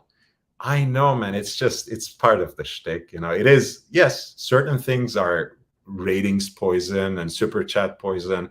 I don't care. You know, at the end of the day, the important thing is to have a free-flowing, genuine conversation about whatever. Of course, we're always gonna start with watches and return to watches, but hey, life has so many different dimensions. You know, you have to.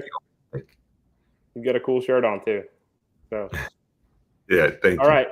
Well, I'll sign off. Thanks for letting me chime in here, and it was great to be on. Always welcome. Anytime you have the time and you have the, you know, please. Yeah. This is your home. Thanks for putting in the work here. Take care. Of course. Take care. All right, guys. I'm signing off now. If you haven't upvoted, please do so. Spread the word. Share it far and wide. And if you have been enjoying the content, and if you want to help me out, if you want to encourage me to create more content before I reach 1,000 subscribers and get monetized, please consider a PayPal donation at lordhellespontv@gmail.com, lordhellespontv@gmail.com. And I also have a Cash App, which is $LHVVV, $LHVVV. Bezos, iconic headbutt. Yes, a French artist actually created some nice sculpture out of that. And I will share it in the next one. Until then, guys, peace out.